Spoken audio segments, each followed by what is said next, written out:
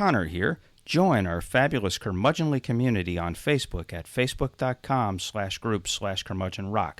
Also look out for a Spotify playlist dedicated to this episode. Now, let's get started.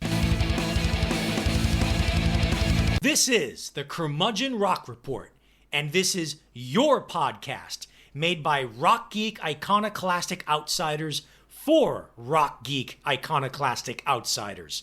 For those of you who lament that rock music has gone the way of jazz and slipped into niche genre status, we are here to keep that flame alive by providing insight, analysis, recommendations, and honest takes, not hot takes.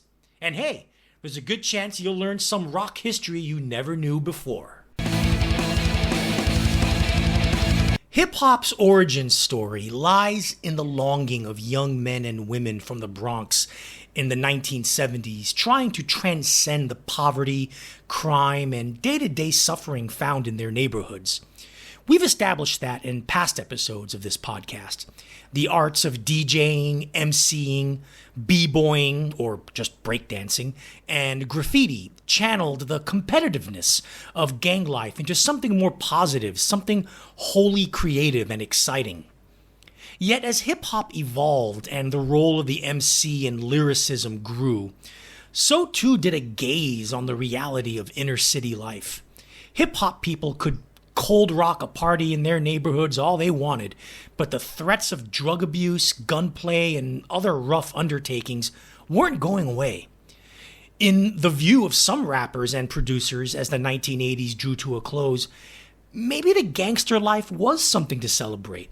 After all, they survived all of this every day. Thus, hardcore rap became a thing, and it grew important enough for even President George H.W. Bush to single out Fuck the Police auteur's NWA out by name. But that happened while so-called gangster rap was still considered underground music, while it was still an organic movement. The dynamic started to change in 1991 when NWA's Elfin for Zaggin', N-word for life, spelled backwards, became the first #1 album of the SoundScan era, and chatter about producer Dr. Dre's greatness began to rise. That chatter became an explosive common knowledge by the end of 1992. Dr. Dre's album, The Chronic, an album filled with odes to weed, guns, beatdowns, and ghetto living, became a smash hit on all sorts of charts, not just the hip-hop ones. Yes, hardcore hip-hop went mainstream. And from that point on, the story of hip-hop changed fundamentally, and arguably not for the better, something we'll discuss in great detail during this episode. What started out as glorification of the streets became the participation of the streets in both New York and Los Angeles. There was the entry into the music business of Death Row Records executive Marion Suge Knight, an unapologetic member of the Blood street gang. There was drug abuse and violence toward women that spilled from the lyrics onto the pages of the newspaper as artists courted trouble with the law. Drug dealing, something only alluded to in previous years, now received a full-fledged how-to treatment in the music of Jay-Z, the Wu-Tang Clan, and others.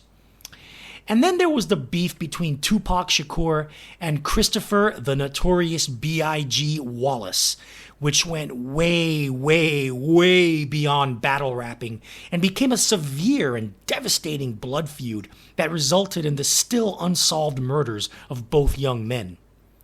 What fueled all this? What exactly happened? How did a parade of horribles from the inner cities become the fodder of partying white people everywhere? How did hip-hop recover from the Tupac-Biggie disaster? Did it recover from the Tupac-Biggie disaster? We'll discuss all of this and more on this latest curmudgeonly episode dedicated to hip-hop. We'll also talk about the music too, of course, a lot of which was really freaking great. Get ready to visit an era when street-born ugliness became pop chart gorgeousness. Welcome to the Curmudgeon Rock Report. Live from Houston, Texas, and Gwangju, South Korea, we now we'll transport to a different place entirely, won't we, Arturo?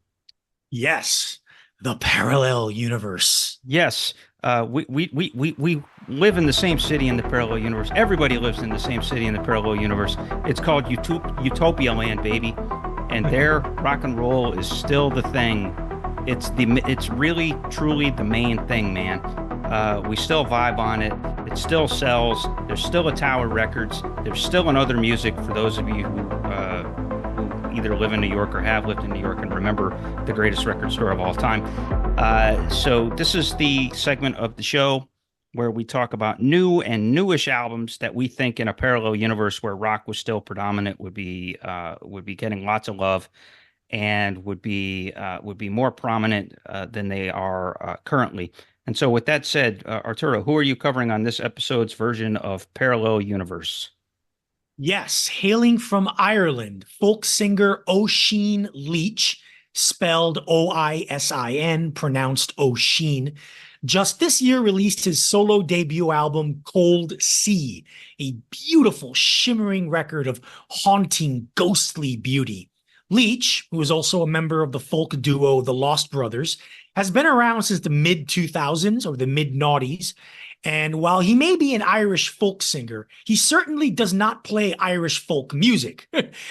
Imagine the lilting, almost impressionistic melodies and subtly affecting string arrangements of Nick Drake with the stately, commanding voice of Jackson C. Frank. Produced by American folk rock maverick Steve Gunn, a favorite of this podcast's, Cold Sea is brimming with gorgeous songs. A while back on our Facebook page, I posted the video for the single October Sun, a beautifully breezy shanty. Color of the Rain transcends its corny, hippie-ish title as a powerful song of loss with some incredible acoustic guitar and bass interplay. One Hill Further practically sounds like something from Nick Drake's Five Leaves Left album, while songs like Empire, Malin Gales, and Trobriga Bay are bewitching with their beautiful melodies and even more beautiful melancholy mood. Quite obviously, the metaphorical theme here is maritime, but the lyrical themes are those of loss and departure, going away and coming back renewed, just like the waves of the sea. Oisin Leech has put out one of the most exquisite albums of this year, in my opinion. Chris? Yeah, and of my opinion too, it's a really warm record, and these days 9 songs, 27 minutes is like a perfect album length. I mean, in, out, no filler, and yeah, he just gets, it's really quite lovely. I think Steve Gunn has a good influence on him in the production. And here's a reference that I hear or that I feel when I listened to this record for the first time this week. Early Jim James vocals from My Morning Jacket, back to the Tennessee Fire and At Dawn. Right. So early My Morning Jacket with that kind of reverb, that sort of otherworldly, sort of alien quality, beauty to it. And I think that Oisin Leech definitely hits that and is very reminiscent of that styling that Jim James introduced amazingly 25 years ago. Yeah. That's how long My Morning Jacket's been around. And yeah, I mean, the Nick Drake comparisons is pretty obvious. Same genre, same island. Well, Nick Drake is from England. He's not from Ireland. Oh, okay. Gotcha. Okay, but same general area. English, Irish, whatever. But they're there, and so the comparisons are fairly obvious. You're talking about that sort of Celtic folk and folk rock influence, almost. I don't know, it's quite lovely, and I think you mentioned Beck as a comparison to acoustic Beck, sea change era Beck, definitely. Yes, sea change era Beck, or even Soul Manure era, like very early Stereopathetic Soul Manure. That's the name of the album. Yes, very very early Beck, and so I definitely dig this record, and I think that you've hit on a good one. Kind of sort of related. Our choices are kind of aligned this time because and have nothing to do with gangster rap. Yes, and neither of these albums are about as white as it gets and have nothing to do with the gangsta shit that we're going to be talking about here shortly. I'm covering the latest and the 15th album from the band Eels. You've probably heard of them. They had a moment in the buzz bin and MTV in the late 90s and early aughts. And this band was formed in LA back in the early 90s. They're the brainchild of a guy named Mark E. Everett. His performance name is E, but Mark Everett. And for years, the music of this band has largely stemmed from the mind and tortured backstory and unfiltered emotions of Everett. And he's mined in that sort of folk slash psychedelic slash pop blend. Since then, it's always tuneful and at its best is truly and gorgeously heartbreaking.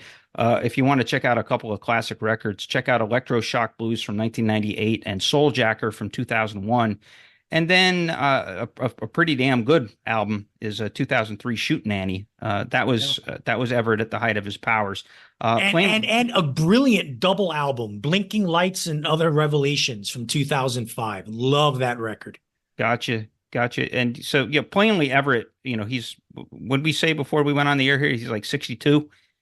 He is 61 years old. 61 years old. And he's one of the better songwriters of his generation, or certainly in the indie rock canon. He's definitely one of the strongest songwriters. And so apparently COVID isolation and the new dawn that arose from when we all went back into the world was good for E's usually achy breaky soul. As the new album Eel's Time, which was released back in March, is a very strong effort. Arturo and I had both kind of given up on E because for a while there in the late 10s, he had put out some pretty mediocre fare. But here he is coming back with what has to be like his brightest record in a long time, because it's got lovely melodies and crunchy rockers, and also there's some hints of optimism here. As he's approaching his senior citizen status, it's not all morosity. And so highlights here include the semi-title track Time, which opens the album and finds Everett strumming on acoustic guitar and crooning about his looming mortality. The song features a lovely bass and strings backbone to give real pathos to Everett's existential heartache. There's also the song Goldie, which is a steady driving piano rocker on which Everett croaks about forgetting to open the flue on his chimney and choking on smoke, and then about how the only partner he needs in life is a goldfish swimming in a bowl. We didn't say the guy was normal. We said he's brilliant, but he's not necessarily normal. But then also, he's got a penchant for these really sweet, almost wedding-like songs. He's got a couple that I almost danced to one at my wedding. Which is I Like the Way This Is Going, which is a fantastic song. But he's got another one of those on this album called I Can't Believe It's True, which is a hopelessly romantic mid-tempo ditty about Everett's disbelief in a new lover's interest in such a broken person. He literally can't believe that somebody would be into him, but he does it in a very sweet, very very polished way. So Arturo has a line that he's used earlier this year on our podcast and on our Facebook page, actually, about the country rock singer-songwriter Waxahachie, and about how Katie Crutchfield, which is her actual name, she makes records where you know what you're going to get and you know it's going to be good. I can borrow that line and apply it as well, mostly to Mark Everett and Eels. His efforts are usually consistently strong and almost always lovely. And this record, it isn't quite Souljacker, but it's damn good middle-aged man folk pop. And in 2024, that's more than good enough. I have a feeling this will make my top 10 for the year. Strong record. Yeah, unfortunately, I was not made aware that this was going to be a part of this episode's Parallel Universe section until the very day of recording. Yeah. Note to Chris, tell Arturo about what you're doing. Before you get on the air. Nominally and generally, I am a gigantic Eels fan. I love Mark Everett.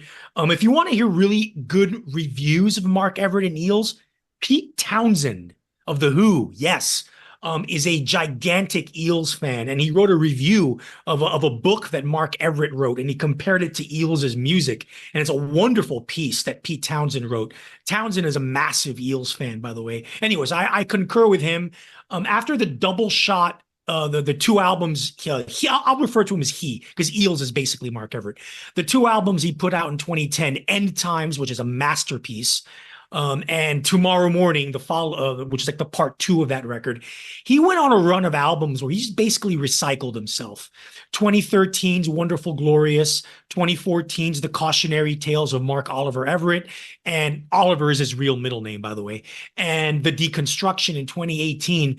There's nothing inherently wrong with those records. They just sound like everything else he's ever done before, just, not quite as compelling, and it doesn't even ring as true as it used to. So I kind of gave up on Eels after The Deconstruction in 2018. Yeah. But if you say Eels Time is worthy of a listen, I'll check it out. Yeah, it is. It's actually, I don't think he's faking it on this record. I think that this is actually this is strong and compelling stuff, and he's not recycling himself. I think he's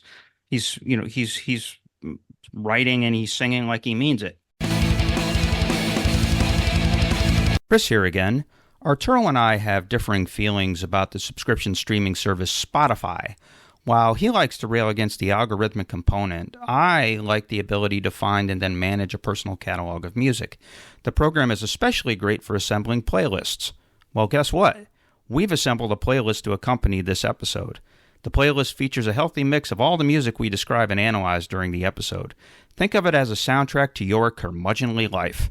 Find the link in this episode's description. And also become a member of our curmudgeonly community on Facebook if you haven't done so already. Let's now return to our regularly scheduled programming.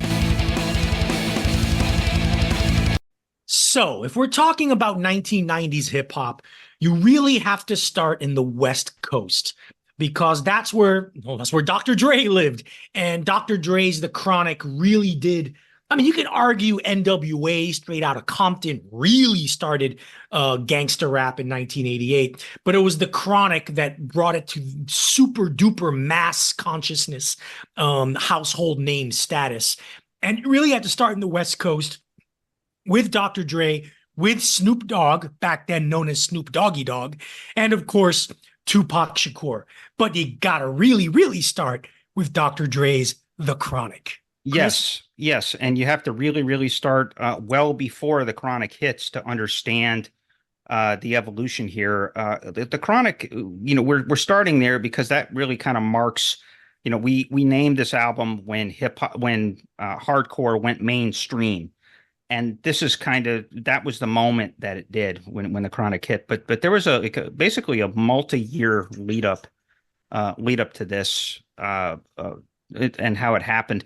So basically what happens is Dr. Dre, like Eazy-E and Ice Cube, who were his bandmates in NWA, grew up in Compton, but he was on sort of the working class side of it and didn't really have gang affiliations, ended up busing out to the suburbs to go to high school to get away from too much trouble. And then starts his music career in the 1984-85 sort of electro hip hop era. That basically was when most of the stuff that was still coming out of hip hop was disco. Before Run DMC kind of changed the game, and before it had gotten to the West Coast. And so Dre originally started out as part of a group called the World Class Wrecking Crew, and they dressed up, all those groups from the early and mid 80s, they all dressed up in like fly clothes and, it's just like red leather jackets and, sort of, like bedazzled stage costumes and those types of things. So he really started off there and he was their DJ. Yeah. And so his beginnings is as a DJ rather than as a producer or as a sound engineer. And that kind of developed as he went along. He got a reputation for being a kind of a beatmeister, an early beatmeister, and through connections hooked up with Eazy-E, who had started Ruthless Records and was looking to put, it's one of these things. If they're talking about Hollis, Queens over there in the East, or if they're talking about the South Bronx, then I want to talk about my neighborhood. I want to talk about Compton. And so he recruited Dr. Dre as sort of the musical guy and Ice Cube as the lyrical guy and sort of the conceptual guy. And they formed NWA, also known as Niggas with Attitude. And first they hit with the song Boys in the Hood, which was it was released under the Eazy-E's name, but it was really early NWA. and kind of invented the gangster rap template, which is, talking about the violence, talking about the smoking weed, talking about the drug dealing, talking about the really rough stuff that went on in South Central Los Angeles and in neighborhoods like Compton. And this led to the 1988 release of Straight Outta Compton, which was totally revolutionary. It had songs like Fuck the Police and Ice Cube waxing poetic and really truly poetic. I mean, it was rage filled and it was profane, but it was really profound in a statement against police brutality against blacks for committing the sins of living while black. And from there, even on that record early on, Dre showed a real penchant for really strong drum work and some avant-garde stuff. I mean, like the beat to Straight Outta Compton is one of the best beats of all time. The song Straight Outta Compton, where it has this huge, like big fat ass drum beat to it, but has this little skittering keyboard pattern, which is just really just fantastic. And it just sort of prefaced that, here we have an unusual talent. But nobody from that, but even on that record, it was still kind of corny. Most of the stuff was still corny. It was still, very sort of primitive drum machine kind of stuff. So you didn't really see it coming then. But then NWA's second record, which was, basically it's a real piece of crap because it was it basically was Eazy-E's answer to his critics. Like George Bush had called him out by name. And, the FBI had opened up a file on NWA because of this. And so he was just kind of, he basically made gangster rap into a carnival and made the crudest, like most disgusting, most lewd, most misogynistic record possible, just as a way of flipping the bird. But on that record, which was called Eiffel Vorzagen, which is Niggas for Life spelled backwards, but the actual name of the record is Eiffel Vorzagen, went to number one. But on that, all of a sudden, Dre is producing these beats that are steeped in funk, that have these compelling little keyboard loops that almost like this high pitched, almost like screeching loop that he was putting on these things, and also more of a conga echoing kind of drums that were making it to his songs. And so this was like a huge step up sonically. It was a huge step down lyrically because, Ice Cube wasn't in the group at that point, but it was a huge step up musically. And then from there, Cube had left the group because he had financial disputes with Eazy-E and Ruthless Records head Jerry Heller. Well, Dre found himself in the same situation at the end of 1991, was having disputes with Eazy-E. Suge Knight happened to be a bodyguard for NWA during this period, and Suge basically convinced Eazy to let Dre go, and by convinced I mean basically threatens his life. Yeah, and so Dre was able to peel off, and with Suge Knight, Marion Suge Knight, who was a bona fide member of the Mob Piru Bloods and was muscle, they started Death Row Records together, and then through connections, his little half brother Warren G, had hooked up with a kid from Long Beach, a 20-year-old kid named Calvin Brodus, otherwise known as Snoop Doggy Dogg. His original performance name was Snoop Doggy Dogg, not Snoop Dogg, Snoop Doggy Dogg.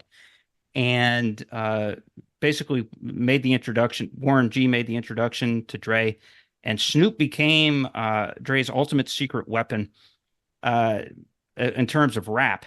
Now, in terms of music, his new secret weapon, he had started to find this funk based sound. This is this loping funk, this sort of laid back and groovy and almost hypnotically drawn out beats with that keyboard loop. And y'all know what I'm talking about. It's the G-funk loop.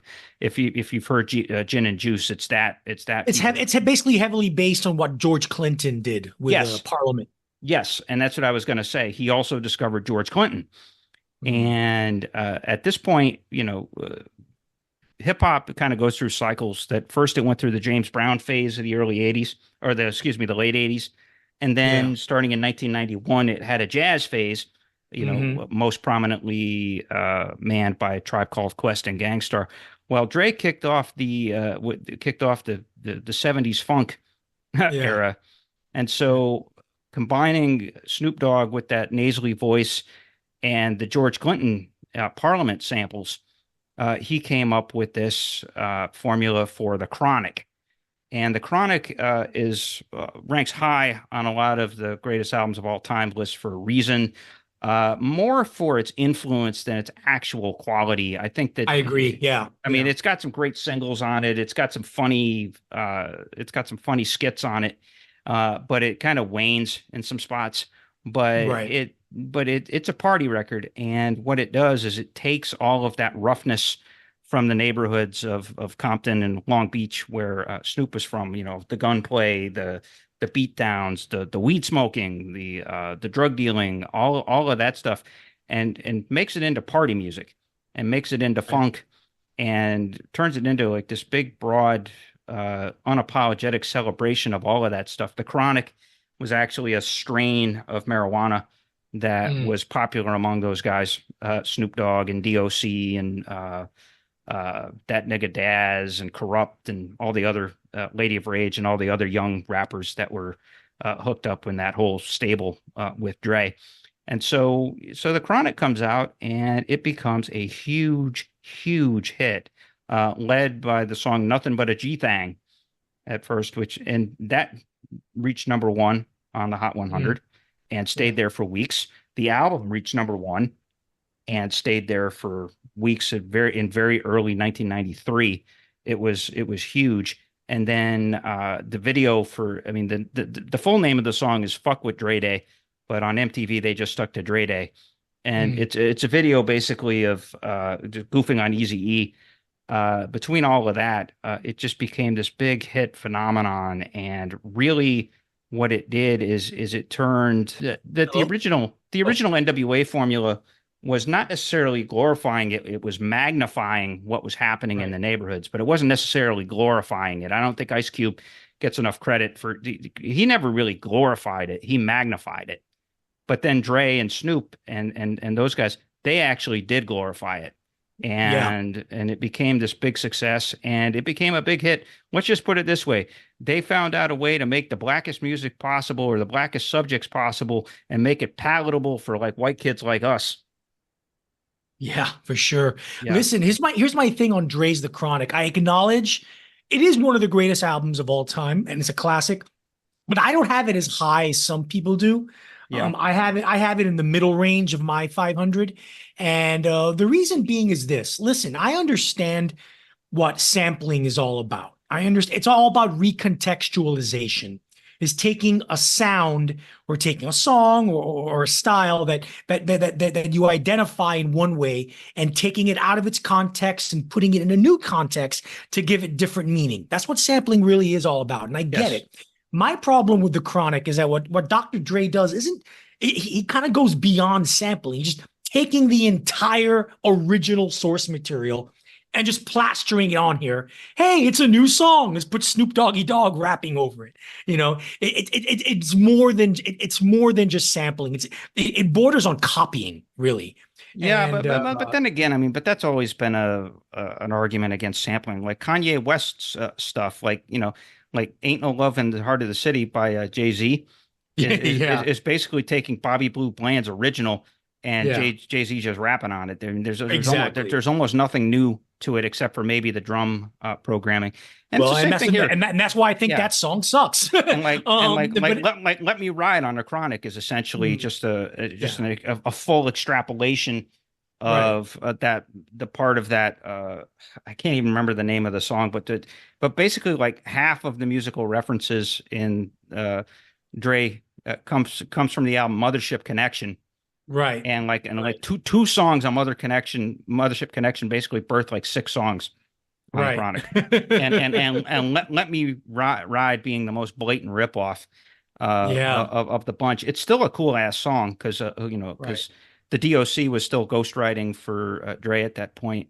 Yeah. and Basically, it's Mothership Connection Star Child, which itself quotes the Negro spiritual "Swing Down, Sweet Chariot." yep, yeah, I know, and then yes, and Yeah, and that's the thing, and that's like half of the basis for And the Chronic samples. did you know that Let Me Ride also samples James Brown's Funky Drummer? Yeah. And it samples Bill Withers' single Kissing My Love from 1973. Oh wow. I'm saying so, Yeah. so Dre actually had a deeper vocabulary of that. I knew it sampled Funky Drummer because I Yeah. mean, let's just put it, you cannot hide that drum piece. Yeah, You you know. cannot. And Yeah. anyway, but my criticism of the Chronic is basically really focused on like the first few tracks on the album. By track 6 onward, the album gets into a deep funk that is more uniquely Dr. Dre, and that's Yeah. for me where the album really takes off. Hmm. So, yeah. Yeah, So yeah. and you get that, and like I said, nobody does bass lines like Dre. Yeah, oh yeah, awesome Yeah, bass lines. that's what I'm saying. So the bass lines on that record, and it really started with Evil for Zaggin, where all Yeah, of a sudden these bass lines had come in, and it's just like it was mesmerizing, and right. so that's where it is. So you take those bass lines and you put Snoop Dogg's drawl. I mean, who Hmm. knew that there was a West Coast drawl until Snoop Dogg came along? I mean, Yeah, the yeah. guy's so laconic, his voice is dragging two steps behind. Hey, baby, Ziz, ziz, ziz, ziz, ziz, ziz, ziz, ziz, ziz, yeah. Okay, that was the worst impression of Snoop Dogg of all time, by the way. But Yeah, it was. yeah, that wasn't even close. But hey, but the intent was there. So speaking of Snoop Dogg, let's segue on to him now. So Snoop Dogg becomes a big star because of his work on Dr. Dre's The Chronic and just a genius lyricism on and flow on songs like Nothing But a G Thang. And so there was his star-making turn on The Chronic. So now it was time for him to have his own vehicle.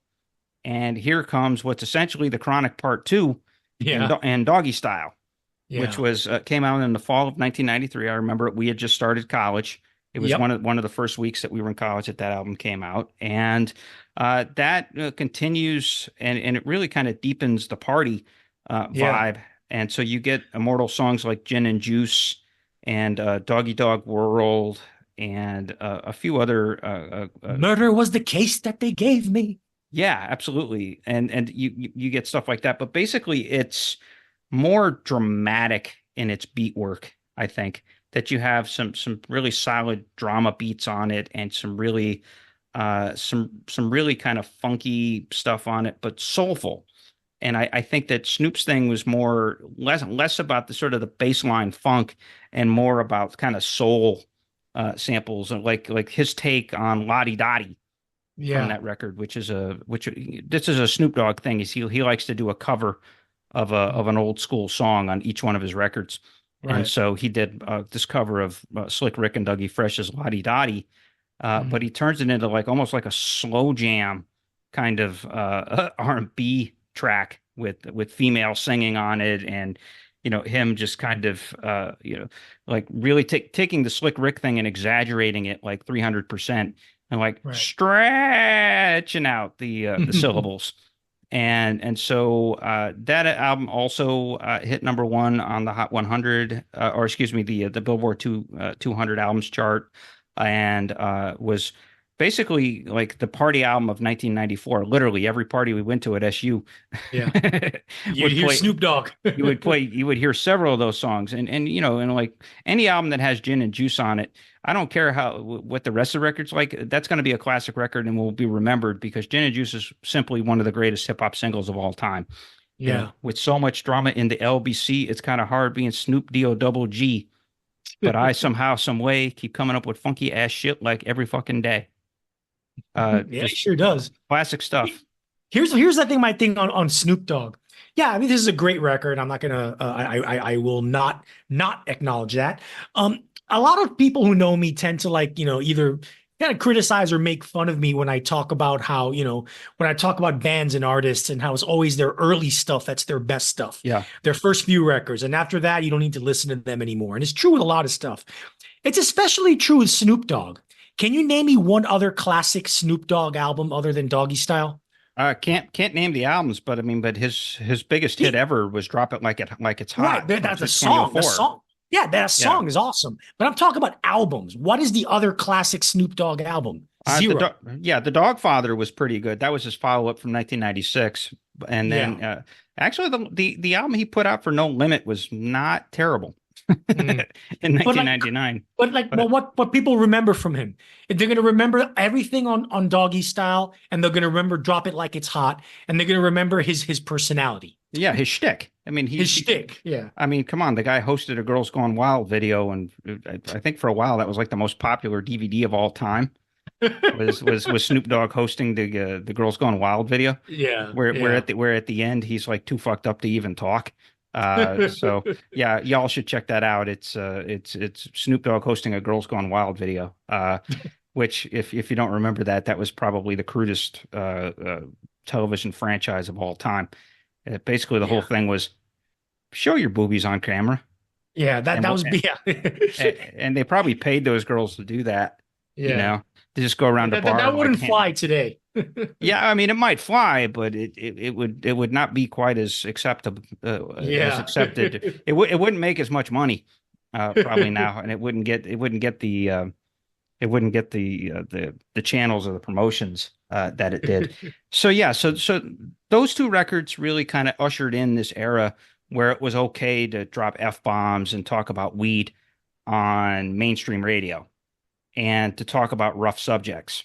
And speaking of which, I think it's their success, the early success of Dr. Dre and Snoop Dogg in 92 and 93 that paved the way for our next artist, Tupac Hmm. Shakur, to Yeah. really rise to his fame. Not really a West Coast guy. Yeah, well, yes and no. So here's the story of Tupac Shakur. He was born in actually New York City. He was I thought he was from Baltimore. well, he grew up in Baltimore, Okay. but he was born in New York, and he's the prodigy, or he's the progeny of two Black Panthers, and so he Mm. was born into the Black Revolutionary movement. Eventually, ended up as a kid. He was raised in Baltimore, Maryland. In high school, he went to the performing arts school in Baltimore for a little while. And then when he was 17, he ended up relocating to Oakland, California. Never graduated from high school. I guess he ran afoul of his mom, and he went across the country. And well, when he was in Oakland, he hooked up with the band Digital Underground, Hmm. Oh, which was the brainchild of a true hip hop genius, Shock G. And he was a roadie and a backup dancer. Of all things, Tupac started off as a backup dancer for Digital Underground, otherwise known as the guys that brought us the Humpty Dance. You know, the Humpty Dance. Here's your chance to do the hump. Anyway, so he gets to start there, and eventually, through some savvy management and some moves, he eventually finds his way to the front of the stage, and people are figuring out, oh, he's actually pretty good. He's a pretty good rapper. He's a pretty good poet, and he gets his forum from there. And not only that, but he's also an actor. And so in 1991, he hits the streets with his album Tupacalypse Now. And here's my thing on Tupac. I've never been a huge fan of his music. I am a huge fan of him as a writer and as a performer and as a guy who had a whole lot to say. He was an original in the sense that there weren't a whole lot of guys that were talking about teenage pregnancy and showing empathy for young women in hip hop. But he had the song "Brenda's Got a Baby." He also has a song on Tupacalypse Now called "Young Black Male," which is mostly it's a sort of quasi academic treatment of what young black males face. yeah. And so there's some rougher songs on it too, but he's talking a lot about black nationalism and about black identity, about the identity and the plight of young black people. And so it's not necessarily gangster rap. It's more of a socially conscious rap, It is. Yeah. and it's born from his experiences, not only growing up in Baltimore, but being the son of a crack addicted Black Panther. His mom had been badly addicted to crack at one point, Mm. and kind of living the black experience within those neighborhoods, and being poor himself, and Mm. all of that. He brings it, and it's cult of personality that he brings to the forefront. And this happens as his albums, as he matures as an artist. So he does Tupacalypse Now in 1991, and then he has Strictly for My Niggas in 1993, which is a great record. It's actually a surprisingly great record in terms of his performance. It's got the really great song on it called Holler If You Hear Me. And obviously, 9,000 million rappers have stolen that "Holla If You Hear Me" thing for their whole thing. And he has several songs on there where he's imploring his audience to feel me. He's saying, "Feel me, y'all." And about 900 million rappers have stolen that as well. And keep your head up. Yep. So I can shove my dick in your mouth. Okay, no, I that's a reference to the fact that Tupac was charged with what was it? Was he charged sexual assault? Sodomy. Sexual assault and sodomy. Sodomy was having your dick up your ass. That's what sodomy is. Yeah, I know, but sodomy was also extended to sort of forced sexual acts, including oral sex, oral sex. Yeah. And so he was brought up on that, but that was the contradiction of Tupac, that he had all of these messages about the plight of black people and of young black people and of young black women. Like each of these three albums, Tupacalypse Now from 1991, Strictly for My Niggas in 1993, and Me Against the World in 1995 that's the classic. Yeah. And they all have sort of odes to the struggles of black women. Brenda's Got a Baby from Tupacalypse Now. Keep Your Head Up, which basically is a anthem of support for single moms. Yeah. And then he's got Dear Mama, which is a really poignant song where he kind of, says to his mom that I appreciate you even though I gave you such a hard time. And it's almost like an apologia for being such a bad son. And it's actually really powerful. But within that, so he's doing that, but he also, in the middle of this, he gets arrested for sexual assault and sodomy in New York, and actually ended up in prison for that. He was serving a term waiting for an appeal when Suge Knight busted him out of jail, which we'll talk about here later in the episode. But he also had a string of other run-ins. He got arrested for aggravated assault on director Reginald Hudlin on the set of Menace to Society, which he wasn't in. He eventually wasn't in, but originally wasn't. But it was because he assaulted Reginald Hudlin. He had an incident with a couple of off-duty cops in Atlanta that resulted in a shootout. And charges were dropped on that because I guess the cops themselves were out of line. But he still had that on his record. And then, of course, he had another incident, which we'll talk about, where he was shot 5 times in the course of a robbery at a studio in New York in late 1994. And so he had so he basically was living his gimmick. Yeah. A lot of professional wrestlers will talk about, this guy lives his gimmick. Well, Tupac was basically living his gimmick. He's talking about how hard it is for black people in the United States. And meanwhile, he's out there, being like young and dumb. I mean, smoking too much weed, drinking too much alcohol, and getting himself into violent scrapes left and right. Right. And so just the epitome of the black experience really is Tupac Shakur and his music, but also his public failings and his public struggles. And it's just really kind of an extraordinary character. And so his music, he's not really a West Coast kid guy in the sense that he didn't grow up there, but he came to embody California hip hop with sort of the harder edge of his stuff, and sort of the almost like a quasi black nationalism, which I guess you could kind of point to NWA on that too. That NWA had a nihilism to it, sure, and so did Dre and Snoop. And so Tupac kind of had that nihilistic spirit that characterized California hip hop. Wouldn't you say, Arturo? Yeah, no. And I mean, and in defense of those early Tupac records, I really like those records. The early one, Tupacalypse Now, there's a swing. I mean, there was a little era in hip hop, the New Jack swing in hip hop that you had a little bit in the late 80s, early 90s. Tupacalypse Now has that, but it comes in, it's fronted by a really smart engaging, sensitive, intelligent lyricist who has a wonderful delivery and a wonderful flow. I mean, when people compare Tupac and Biggie, the only criticism you can give Tupac is that he wasn't as good as Biggie. Well, who was, you know? Yeah, I was going to say that's not really a fair criticism. And the thing about Yeah. Tupacalypse Now is he hadn't really developed what became his trademark vocal style. Sure. Yeah, it was starting with Strictly for My Niggas. It's like that guttural from the stomach, Right. like, yeah, he got it there. He got it on that album. and that's where, and then he really comes up with it in Me Against the World, where like I said, the same guy that did Keep Your Head Up and Dear Mama has songs called The Streets Are Death Row and Fuck the World. Fuck the World being coincidentally, that's the best song from Me Against the World because it's so personal and so vicious. Basically striking back on everything he had gone through in the previous 2 years, leading up to that, to that song. In my older age, I've come to appreciate and like Tupac's music a little more. Even the 1996 double album that came out posthumously after he died. Oh, did it come out before he died? It came out before he died. All Eyes on Me came out.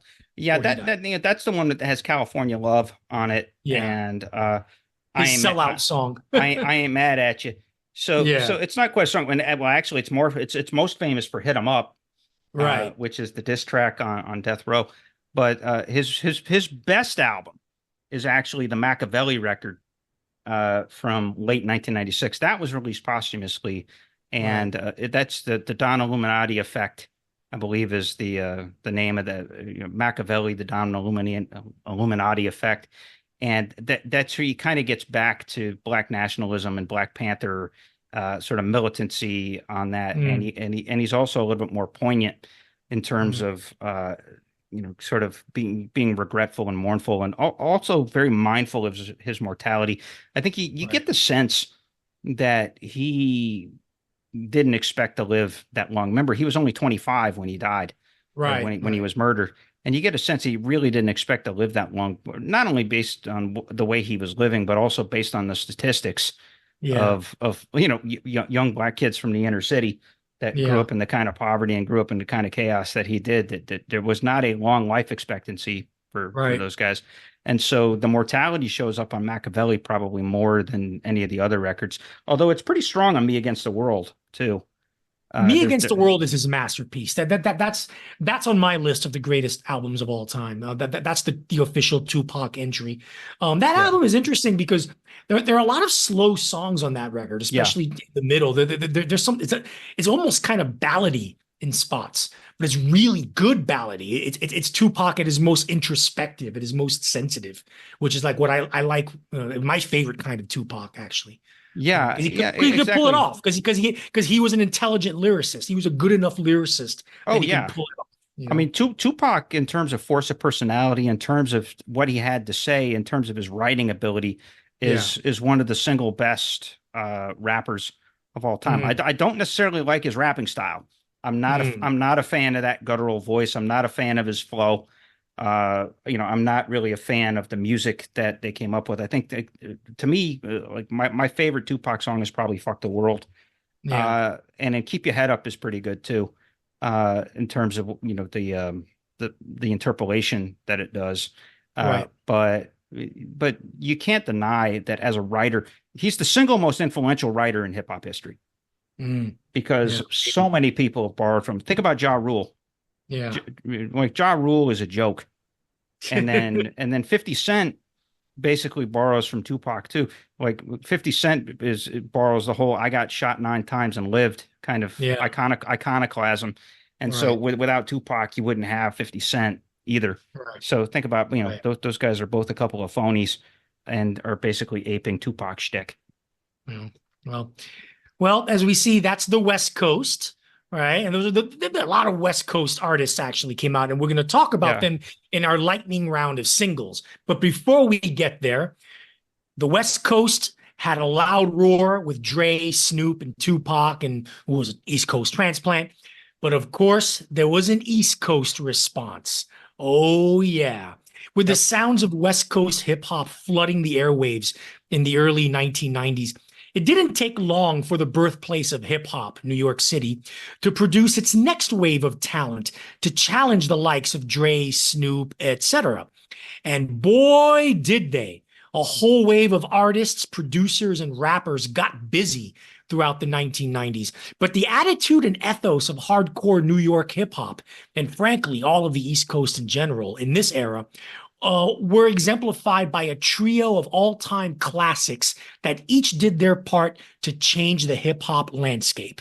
The first one, the Wu-Tang Clan. Enter the Wu-Tang from 1993. Coming out of Staten Island in New York, the Wu-Tang Clan weren't so much a group as they were a collective, and perhaps even more accurately, a gang. In fact, several of the members of the Wu did have a previous history with drug dealing. Like a lot of poor inner city youth since the late 1970s, hip hop provided a way to escape and transcend their socioeconomic conditions. But in doing so, the Wu-Tang Clan looked and sounded like no other group in hip hop history then or since. First, the look. These guys just looked thuggish to the bone. They looked like dudes who would sell you crack and pull guns on you if you crossed them. In publicity photos and videos, the group also appropriated much of the visual style and iconography of 1970s Chinese martial arts films. Not since Public Enemy had a hip-hop collective possessed such a fully defined, fully thought out, instantly recognizable, and downright iconic aesthetic. Yep. Second, the music. The original Wu-Tang counted 10 members among them, and that number would grow and swell exponentially throughout the years. However, there was no mistaking who the lead and the head Wu-Tanger was, and that was RZA, the producer, arranger, and overall studio wizard, who also contributed some raps and some lyrics. When this album came out in November 1993, it sent shockwaves throughout the hip-hop world for the sole reason that nothing in the genre's relatively short history at the time had prepared listeners for the startlingly original sound contained within. These were sparse, grimy, dirty, fuzzy, off-kilter, and sometimes even off-time beats. It's as if someone took perfectly clean, funky hip-hop tracks, dumped them in the sewage-ridden waters of the Hudson River, and dragged them back out for some psychotic, crazy motherfuckers to rap their violence and drug fantasias all over them. Yep. This wasn't hip-hop to dance to. It was hip-hop to close your eyes and nod your head to, getting lost in underworld fantasia, the underworld fantasia that the group so vividly portrayed. And what about that arsenal of rappers? This may be a controversial opinion, but when it comes to the Wu-Tang Clan, there are only 3 MCs who deserve extended discussion. No offense intended toward Inspector Deck, Ghostface Killah, GZA, Master Killer, and You God. First, there's Raekwon. He was the storyteller of the group, the one with the bare-boned, bare-knuckled, sometimes disturbing, always gripping tales of drug deals gone wrong with violent results and the promise of revenge always hanging in the air, reflecting the theme of most, if not all, the martial arts films these guys loved so much. Second, there's Method Man. He was the imagery guy of the group, the one who painted pictures with his words and left a deepening, lasting impression with his descriptions of people, crime scenes, locations, and the overall gritty atmosphere. And then there's the guy who, in my opinion, was the most innovative, original, and unique rapper in the whole group, the late, great, Old Dirty Bastard. He was the surrealist. He had a talent, if not a particular genius, for taking words and phrases that didn't go well together and making them work as rhyme schemes. His flow and phrasing were idiosyncratic, yet oddly rhythmic and never off the beat. His overall creativity gave the group a different texture, a different flavor that set him apart, not just from the rest of the Wu-Tang, but from most hip-hop artists in general. The Wu-Tang Clan's debut album to this day sounds as fresh, as raw, as immediate, and as shocking as when it came out 31 years ago. Truly a turning point in hip-hop history, and one that made even the West Coast gangster rappers take notice. Chris? Yeah, absolutely brilliant record. One of the best hip hop albums of all time. I actually would put it third behind Low End Theory and Ready to Die. Wow. And there's a couple of reasons for that. That one, you got to remember that I think there was a core of 8 guys in Wu-Tang Clan, and like Master Killa like showed up. He was kind of like number 9. Capadonna was number 10, and they were kind of in and out. But there was a core of 8 of them. 6 of them were from Staten Island, and so Mm. they're primarily a Staten Island group. Now, think of what the Staten Island hip hop scene would have been. There wasn't one.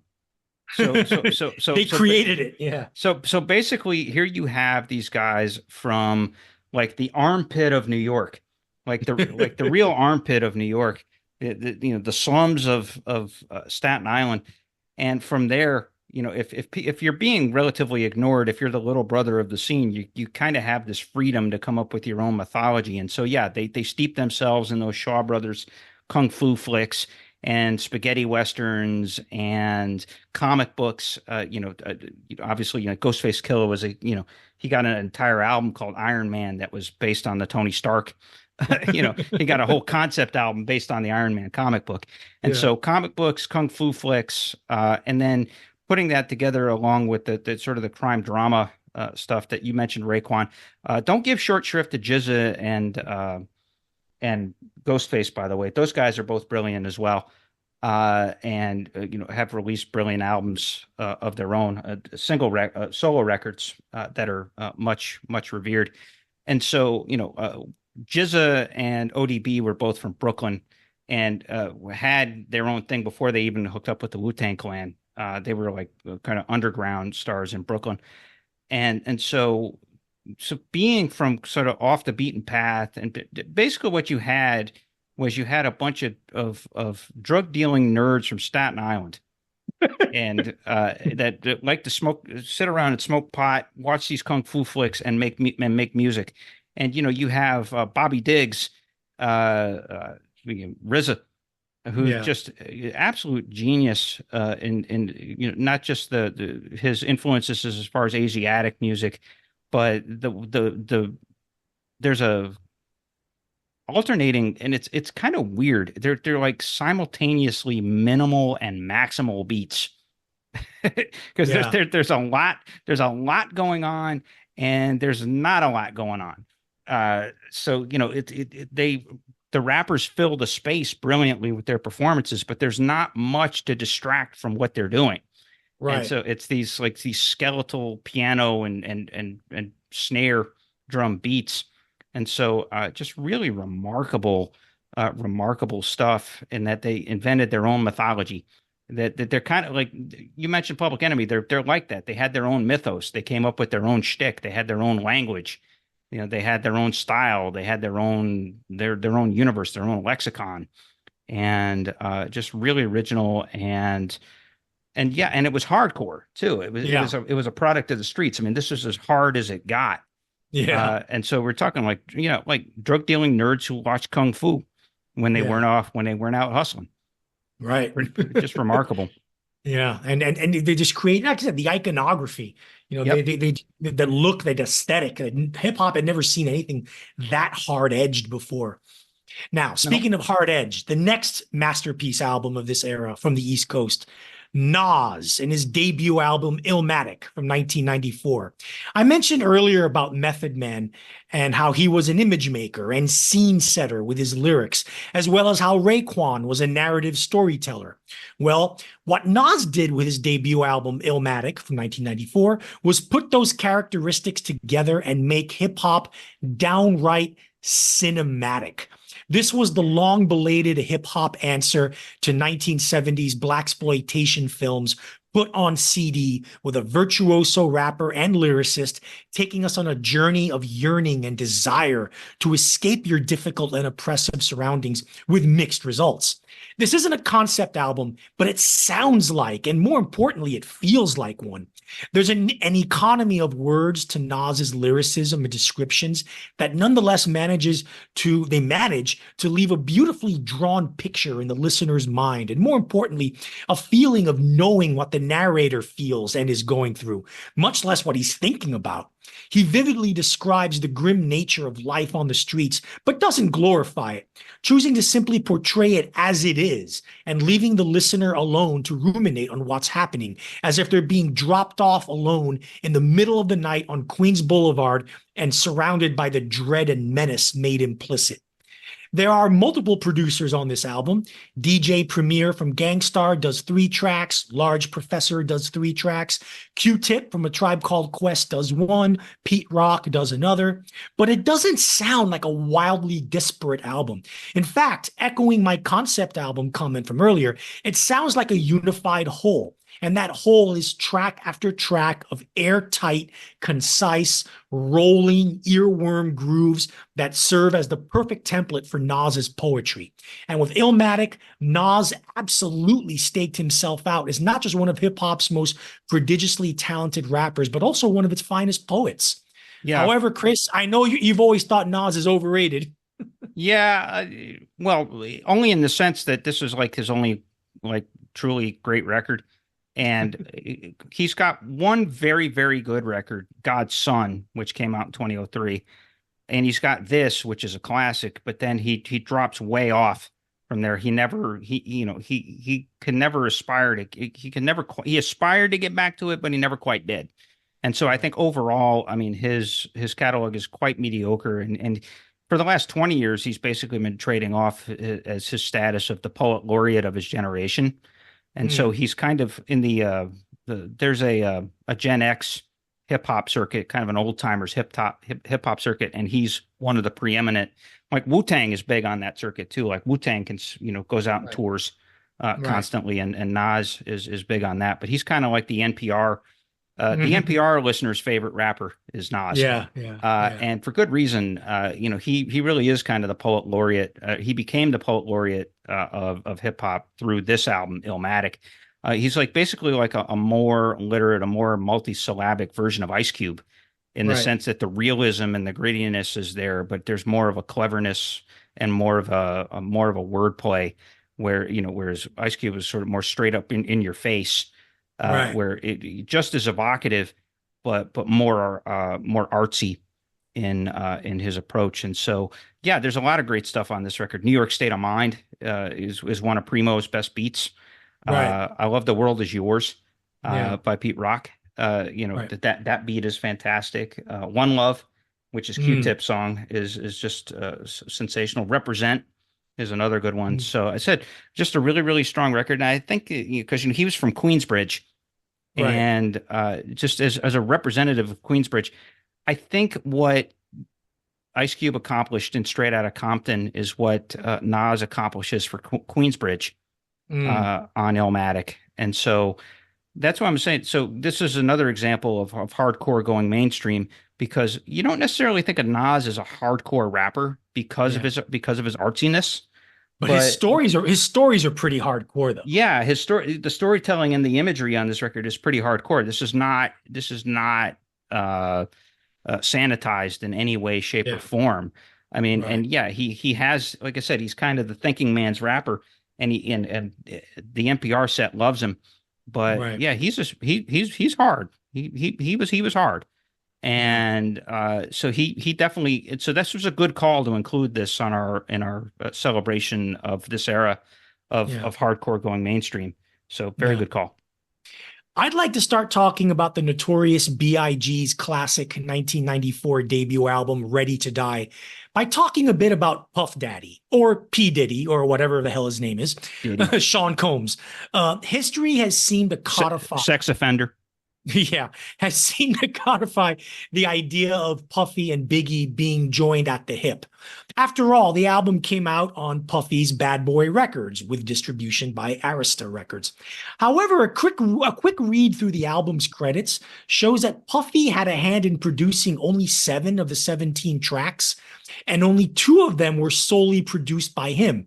The opening track, Intro, which isn't a song, and is just a bunch of soundbite samples from old songs, and the Fuck Me interlude piece, which is just a comedy recording of Biggie fucking some girl. On the other 5 tracks, he's a co-producer. Hell, Easy Mo B, Chucky Thompson, and Blues Brothers with a Z, not Dan Aykroyd and John Belushi, seem to have more fingerprints on the sound of this record Way than more. Puffy does. Way more. And yeah, way more. And it shows, really, considering how slick, glossy, and sample heavy Puffy's future productions would be, which is in contrast to the overall sound of Ready to Die. Don't get me wrong, Ready to Die is clean and commercial sounding, but there's a raw, hard edge to it, an in-your-face funk that is in stark contrast to the West Coast G-funk of Dr. Dre.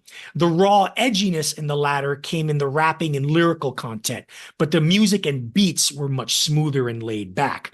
On Ready to Die, the rapping, the lyrics, and the music is in your face. But ultimately, what pushes this album over the top as an all-time classic is Christopher Wallace himself, the Notorious B.I.G. One of the most booming, distinctive, authoritative voices in hip-hop history, was the vehicle for one of the most charismatic, engaging flows any rapper had up to then or up to now has ever had. It was a loping, elastic groove in of itself. In many ways, New York City's answer to Snoop Dogg's laconic drawl. And groove is important here. The way Biggie's voice combined with his beautiful flow and fierce lyrics, the way they rode the beat was a thing of scintillating cohesion.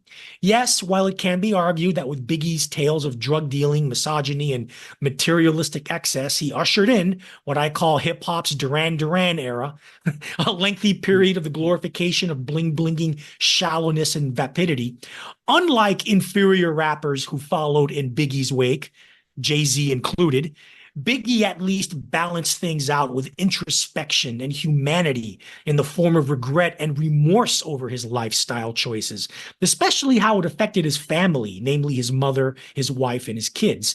You can hear Biggie's pain, and especially how self-inflicted that pain was, in harrowing tracks on Ready to Die, such as the title track, Everyday Struggle, and the incredible album closer, Suicidal Thoughts.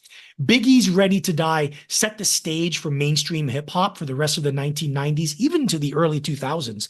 And what followed was mostly a bunch of watered down imitators. Chris? Yeah, this album is amazing. It's controlled insanity all the way. You Yeah. have that right. Easy Mo beats especially are amazing on this record. They match the energy and the tone. It's the tones of these beats and the depth and the bass heaviness of them that just serve as like a perfect backdrop for that voice, that booming, that deep, rich, bass voice of Biggie. And not only that, but Biggie could throw his voice and go high, go low. He could do lots of vocal tricks, and the beats kind of match that. I think the classic on the album is "Gimme the Loot." That's the best song on the record, and it's scary as hell. It's like a legitimately scary song. Well, I mean, he was a drug dealer. Yeah, about a drug deal gone wrong. Yeah. And he's taking it straight from the streets, and it's like he's not glorifying on that record, even though he's got one of the funniest lines in hip hop history is on that song. Like, he's been rocking motherfucker since the slave ships, all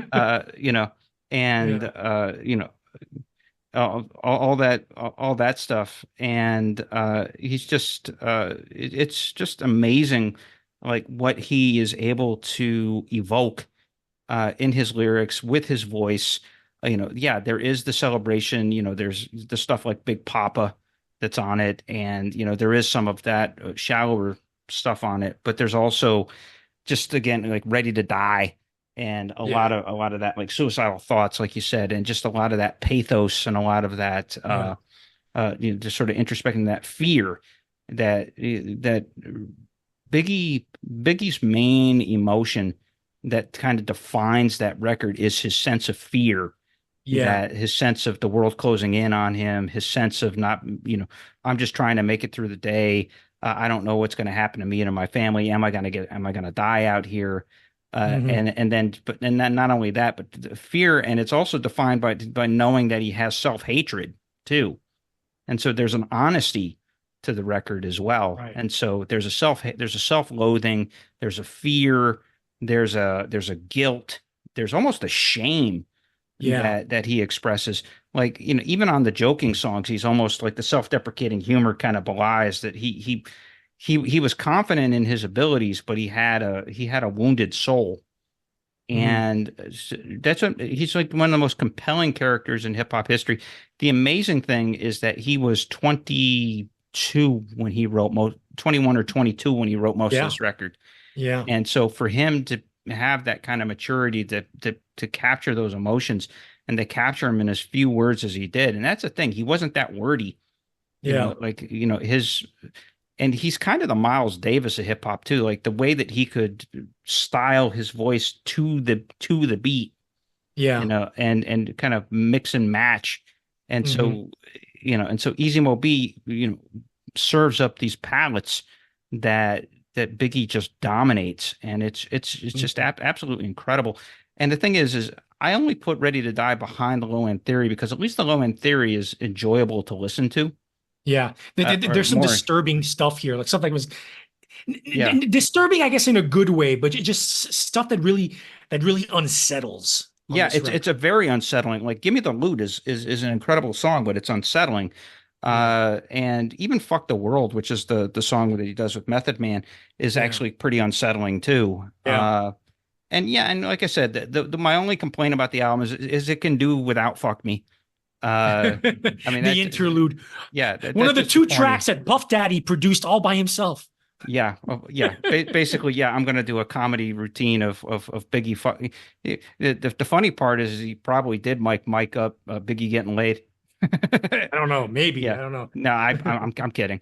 Yeah. It wouldn't surprise me. Well, what we've learned about Puffy's sexual life, who knows?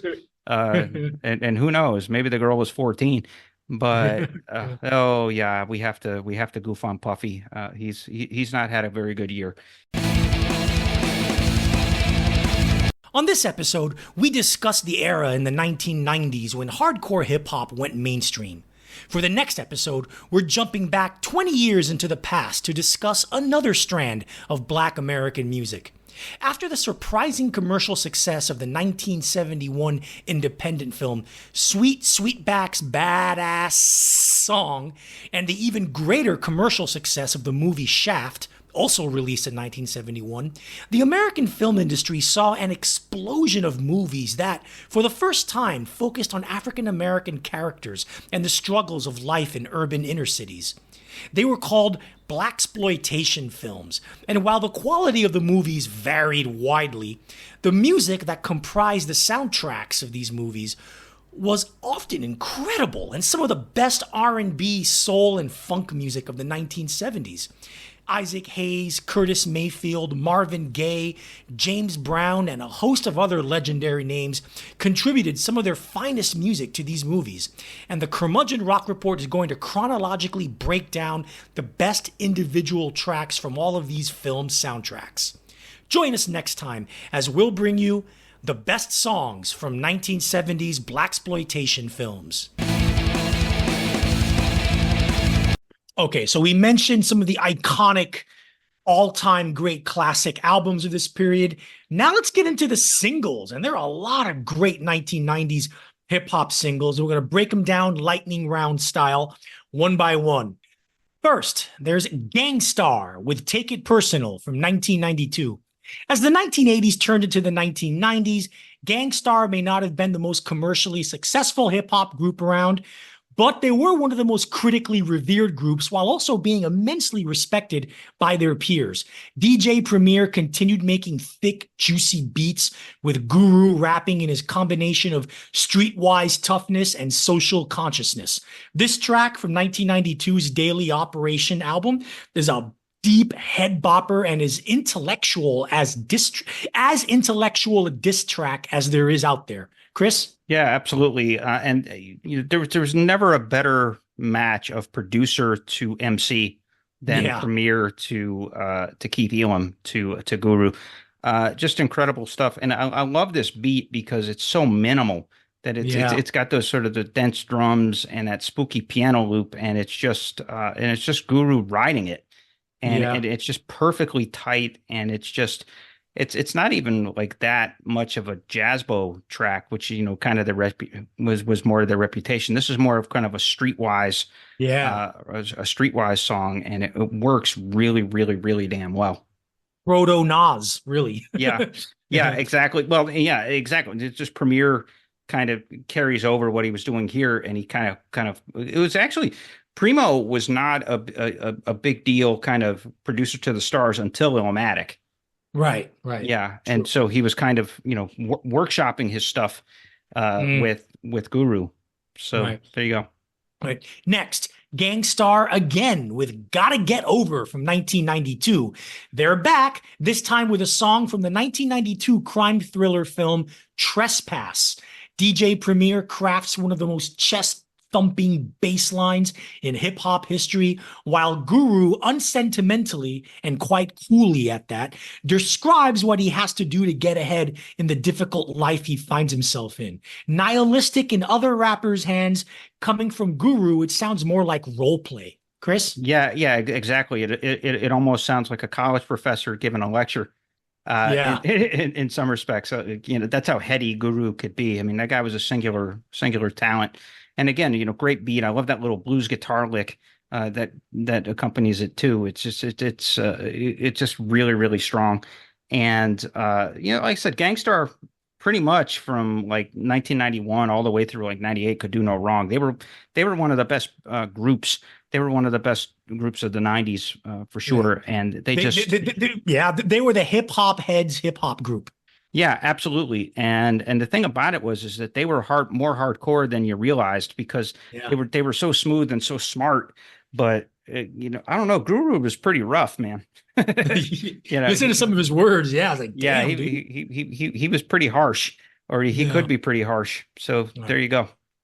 Next, Sir Mix-a-Lot, Baby Got Back from 1992. Yes, this counts as a West Coast hip hop song because Sir Mix-a-Lot is from Seattle. And yes, you all know it. I like big butts and I cannot lie. You other mothers can't deny. Blah, blah, blah, blah, blah. Yep. This ode to women's big asses, Black women's big asses. Black women's big asses, was what we now call a monstrous viral hit, going to #1 on the Billboard pop chart. Misogynistic? I'd say more chauvinistic, because there isn't any malicious intent, as the over-the-top humor of the track shows. To this day, it is still an iconic song in hip-hop history. Chris? Yeah, the chances are even your grandmother knows this song. I'm telling you, it's just out there, and it's so much fun because it's not really misogynistic. I mean, it has a great line in it. 34, 20, what is it? 36, 24, 36. Only if she's 5'3", which has always been my favorite line of this. But you got to remember, here's Mix-a-Lot's lot in life. And in some ways, you kind of feel bad for him, because obviously nobody cares about what he did before or after. It's all about Baby Got Back. And so he's considered a one-hit, you would think of him in terms of being a one-hit wonder. But he had a pretty successful rap hit in 1989, I want to say it was 88 or 89, called My Hoopty, that I think was a top 10 rap hit, and he released a record called Swass, which went platinum, and so he actually was pretty successful. He was from Seattle, and obviously there's no scene in Seattle. And so, so he's doing his thing, and he was pretty good. He was pretty obviously very creative. And then he comes up with that, which is just wonderful. My anaconda don't want none unless you got funds, hon. Just some of the great, funniest lines of all time. And he did a wonderful collaboration a year later with the grunge rock group Mudhoney, Freak Mama, with the song Freak Mama from the Judgment Night soundtrack. I still love that. Yeah, Freak Mama. Yeah, and so Mix-a-Lot was, and he was cool with all those Seattle bands as well. But it's too bad that song became so big that it kind of like undercut everything that he did before, because he was credible, and so he wasn't a novelty guy, right? But he just happened to come up with one of the great novel concepts in the history of hip hop, and it's made him a whole lot of money. It still does. Absolutely. Next, and coincidentally, #1 on the Hot 100. Yes, I mentioned that. Yeah. Yes. Next, Eric B. and Rakim with Juice, parentheses, Know the Ledge, 1992. These two guys were veterans by the time of this song, 5 years removed from their classic 1987 debut album, Paid in Full. Rakim's patented, inventive boasting and flawless rhyming is here to full effect, along with one of Eric B.'s most intense, relentless beats. Chris? Yeah, there's a couple of things about this song. One, it kind of shows that they had a longer shelf life than most of their peers. Yeah. By 1992, a lot of those bands that broke out in '87 were, Run DMC was nowhere to be found by this point. Daddy Kane had dropped off the scene. And a couple of those groups were barely still going around. I mean, BDP as a group had broken up, but KRS-One was still around, and so they to have the longevity to have a hit single in 1992 was an accomplishment at this point. And you got to remember, Rakim at this point is still only like 25, so it's not like they're not old guys. The other thing about this song is it shows the influence that A Tribe Called Quest and Gang Starr and the Native Tongue guys had on hip hop, in the sense that this is such a jazz inflected song, with the upright bass and the sax and the flute accents. Yeah. I mean, this is a far cry, because, the stuff they were doing in '87 and '88 was very, very much like funk based. It was very James Brownie, very funk, very 70s black music. There wasn't the jazz influence and some EDM influence as well. Right. And so for them to try on the new jazz hat showed something about the influence of the new sampling paradigm that Tribe and Gang Starr had kicked off. All right, next, Brand Nubian with Punk's Jump Up to Get Beat Down from 1992. I love this song back in the day. Brand Nubian were the junior second unit members of the wave of socially conscious New York groups that was spearheaded by groups such as A Tribe Called Quest and De La Soul. Their 1990 debut album, One for All, is considered a classic of alternative hip hop, but their best track is this bouncy, funky 1992 single that deplores the uselessness of gang violence. Too bad about those ugly homophobic lines early in the track, though. Chris? Yeah, that's what I was going to say. Well, one, it has this wonderful sample of the Rocky theme that kind of inflects the beginning movement and at intervals throughout the song. And so it's like the best possible use of the Rocky theme. And, it's a really funky song. But yeah, like you said, definitely a product of a different era where they casually use faggot as a diss in verse 1. And they talk about having a dick in your ass and faggot as a diss in verse 2. So, so not exactly the most even handed, but that was back when that was sort of a braggadocious thing in the ghetto, where, because a lot of hip hop supremacy was based on, I'm more masculine than you are. And so attacking masculinity was a way to get an edge in battle rap. And so that's where, so it wasn't necessarily homophobic so much as it was just sort of the ethos of the battle rap. And I'm not defending it. I mean, it was low blows, and it was, in a lot of ways, it was, I guess, in the historical judgment of what we know now, is it's just sort of was unnecessary. But I get where it came from, because it was a good way to get under your opponent's skin in a battle rap. Right. Next, A Tribe Called Quest with Award Tour from 1993. A Tribe Called Quest's very underrated 1993 album, Midnight Marauders, produced this tasty single that is, along with Q-Tip's and Phife Dawg's excellent tag team rapping, clever lyrics, exemplary and indicative of the jazz-inflected grooves with which they staked out their peerless reputation. This was pretty big when it came out, but they could have chosen better songs to represent this album, my choice being Steve Biko, Stir It Up. Chris? Yeah, this song, I love this song, and really what it shows is Q-Tip's maturation and development as a producer. And I mean, the drum sound on it was clearly an influence on Jay Dilla. I mean, that the drum, almost that reverby splashing drum. It's almost like the drum is hitting like it's splashing. And so you have that, but then you also have the xylophone sprinkles and the electric piano loop, and so they're more jazzy in a lot of ways. This song and Electric Relaxation, I think it's called. Yeah. They're more jazzy than anything on Low End Theory, uh, because of some of that. And so, like I said, it shows its development. I don't think it's better than anything on the Low Mm, End Theory. Like I said, the Low End right. Theory is the best hip hop album ever made. But again, it just shows the maturation, and it shows that the technical chops that Q-Tip was developing were on point. He was one of the best producers in hip hop by Right. 1993, easily. Speaking of great rappers, next, KRS-One with Sound of Da Police from 1993. Throughout KRS-One's career, you can find several songs in his catalog that merge hip hop with dance hall reggae, especially with his chorus shout-alongs. Personally, I prefer his song Outta Here, also from this year. Chris? Yeah, I love Sound of the Police. It's the Sound of the Police. And so it's just, but this is KRS-One, awesome beat. And just KRS-One kind of at this point he had kind of taken, starting in 1990, he had kind of taken the persona of a hip hop professor or a hip hop lecturer.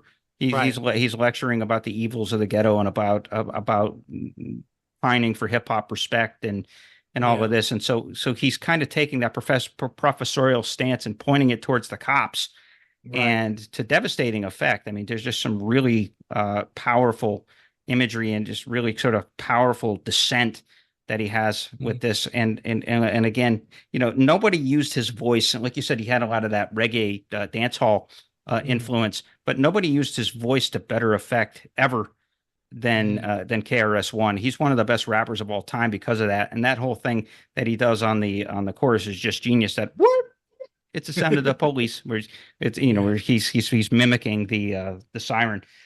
Just genius stuff, and one of my personal favorite hip hop songs of all time.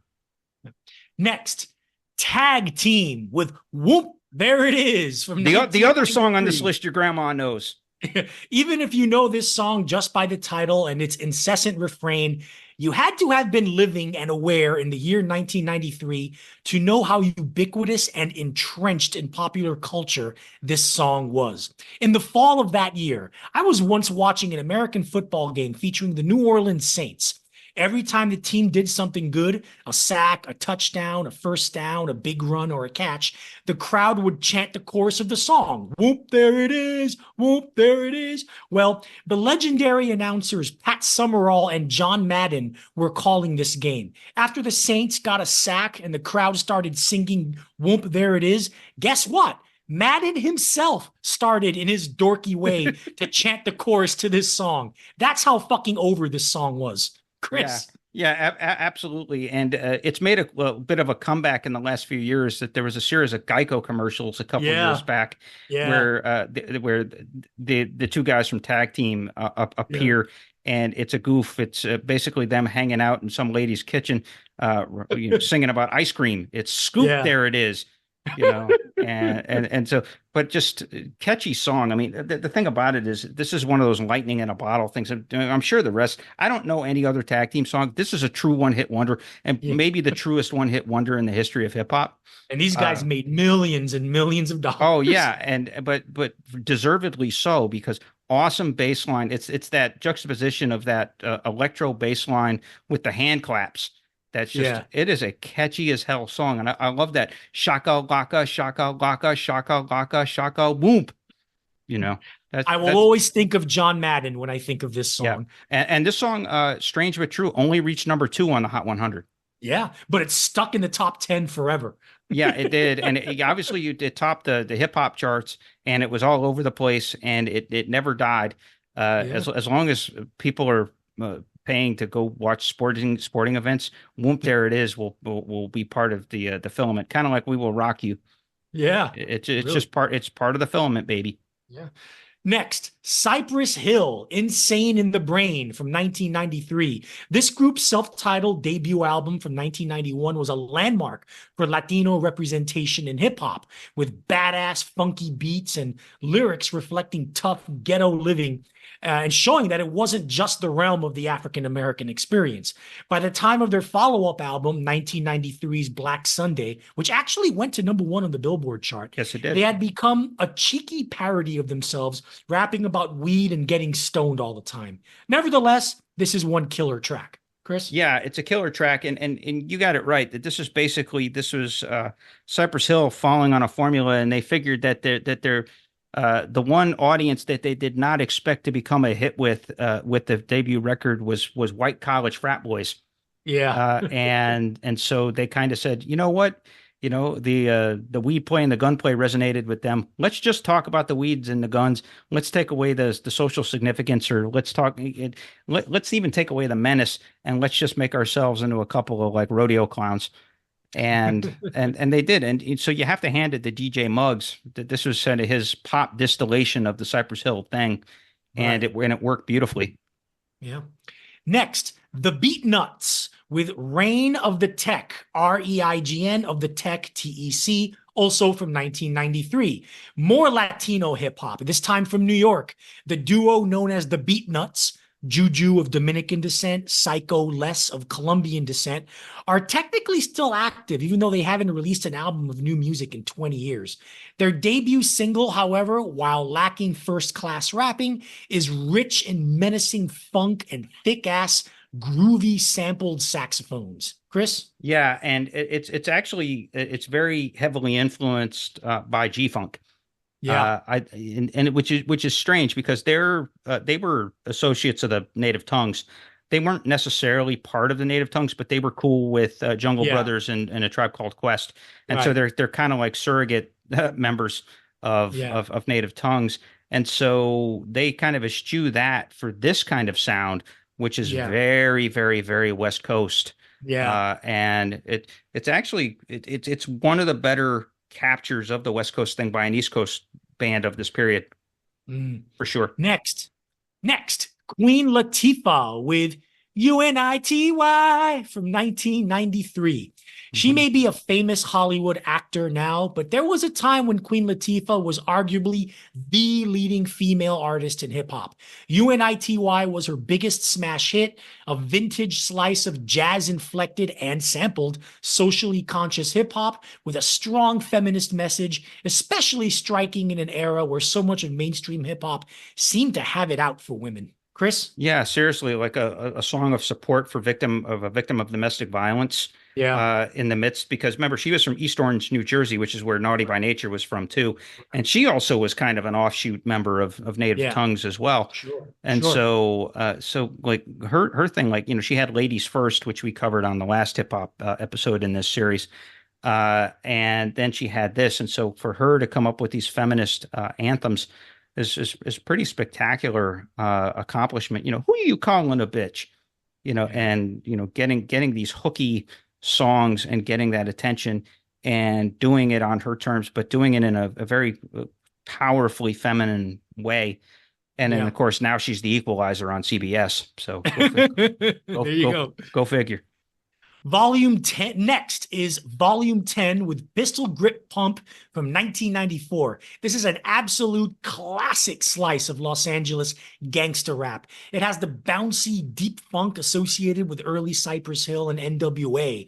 Volume 10, real name Dino Hawkins, has quite a bit of psychotic anger in his voice while rapping his rhyme of barely controlled rage. For the record, I also really like Rage Against the Machine's version from their 2000 covers album, Renegades. Chris? Yeah, this song is crazy. And I love it because it's so catchy with that pistol grip pump in my lap at all times. Yeah. But the guy's delivery, it's like he's trying to fit as many words as possible as he can in a measure. It's kind of, if he's spitting 16 bars, it's like he wants 32 bars worth of words in 16 bars. It's a crazily delivered, sort of ingeniously. It has this kind of odd swampiness to it in the drum beat to it. So but it's a classic, and it's one of those things. It's a total one-off. And it had its moment in the sun. It was on. It had its moment. You remember it was a pay for play video channel called The Box. Do you remember that? Yes. This was a big hit on The Box. Like Korn got basically Korn. I swear owes its career to The Box because they weren't getting on MTV. And so, but this song showed up on The Box quite a bit, and love it. because it's so crazy. It's so crazy, and you get a feeling that this guy actually did drive around with a pistol grip pump in his lap at all times. That I don't think he was lying. Yeah. Next, The Lady of Rage with Afro Puffs from 1994. Some more badass hip hop from underrepresented women. Like Tupac Shakur, The Lady of Rage, real name Robin Allen, was an East Coast transplant, she being from Virginia, who made her name in the West Coast and eventually signing with Death Row Records. This track just struts and boasts with the best of any of the dudes have to offer, and she's a commanding rapper as well, with tough as nails delivery. One of the best beats of the decade. Chris? Yeah, absolutely, and love that beat because it's horrorcore. Yeah. The keyboard effects on that are straight horrorcore. It's like the kind of thing you would have expected the Gravediggers to be doing, and Right. and she's doing that. And then you've got that little echoing Snoop Dogg cameo on Right. the chorus, which is also kind of spooky. So yeah, so it's like the Lady of Rage, who originally she's actually East Coast. She's originally from New York, and I thought somehow she's from Virginia. yeah, she's from Virginia, but she spent time in New York as well. So she Mm. she cut her teeth in as a rapper in New York, and Dre discovered her. So she was in L.A. Yeah. But it was Dre that kind of discovered her and put her on the Chronic and Doggy Style. She's most famous for her guest raps on the Cameos. Chronic Yeah. and for cameos on the Chronic and Doggy Style. And yeah, she did have some kick-ass Afro puffs. I'll give her that. And this song it reached number 5 on the Billboard rap chart. So it was a big hit in 1994 for sure. Yeah. Next, an even bigger hit, Warren G with Huge hit. Regulate from 1994. I mentioned earlier that much of Dr. Dre's productions, while nominally known as gangster rap, were actually quite smooth and easy for commercial consumption. This is no exception with Warren G, a Dr. Dre disciple who came out on his own with this massive hit in 1994, which went all the way to number 2 in the Billboard pop chart. I'm not normally a fan of this kind of hip hop. I'm an East Coast aficionado after all, but this is pretty irresistible. Chris? Yeah, and Warren G is actually Dr. Dre's half brother. Oh, Uh, really? I didn't know that. Okay. yeah, he was Dre's half brother, and actually is the one that hooked up with Snoop Dogg first. So that's kind of his Mm. claim to fame. There's a couple claims to fame to this song. One, who knew that Michael McDonald's "I Keep Forgetting" could be the basis for such a great hip hop song.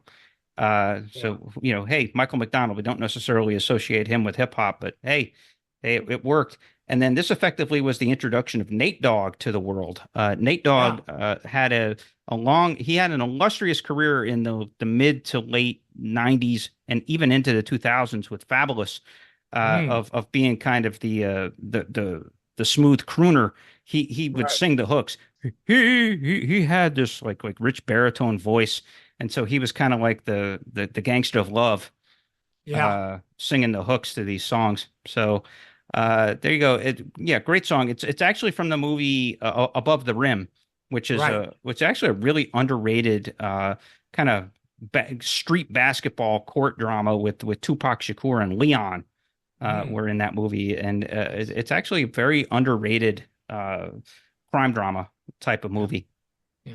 Next, Bone Thugs in Harmony with Thuggish Ruggish Bone from 1994.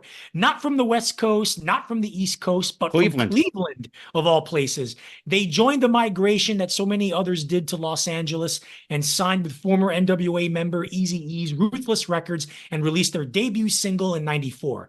Yeah, it's phony Dr. Dre with its laid-back beat and wheezy synthesizer line, but it's a good, catchy imitation and worthy of its top 30 pop chart placing.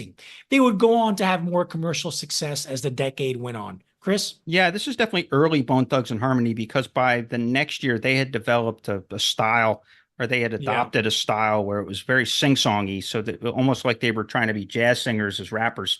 Right. And their biggest hit, which actually I think reached number 1, was the Crossroads, which was a Right. tribute song to Eazy-E, who had founded them.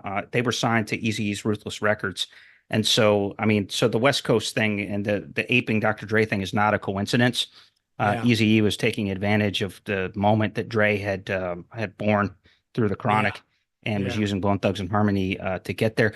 Like I said, so this is kind of primitive in that they're not doing the sing-songy thing on this Right. quite as much, and it doesn't necessarily have the melody part to it, but it's still a strong song, and it's definitely phony G-funk worthy. Yeah. Next, Gangstar with Mass Appeal from 1994. Our last Gangstar entry is another primo DJ Premier beat off of their excellent 1994 album, Hard to Earn. Guru's boastful yet cautionary warning against rappers who sell their soul for commercial acceptance is carried along by a wonderful gliding bass and electric piano hook. Chris? Yeah, it's no coincidence that this song follows on the heels of Dre and Yeah. Snoop breaking out. This is kind of their commentary, or this is Guru's commentary on this idea of taking the ghetto and selling, like you said, selling out, and Right. not doing black people any favors by Yeah. doing that. It's not satirical. It's actually straightforward. It's a straight criticism, and it's very striking. But again, another fantastic beat. Those electric piano notes Mm. that Primo just had a delicious minimalism to him that just fit Guru like a glove, man. And Yeah. so three songs, three really really strong Gangstar tracks make this honorarium. Yeah. Yeah.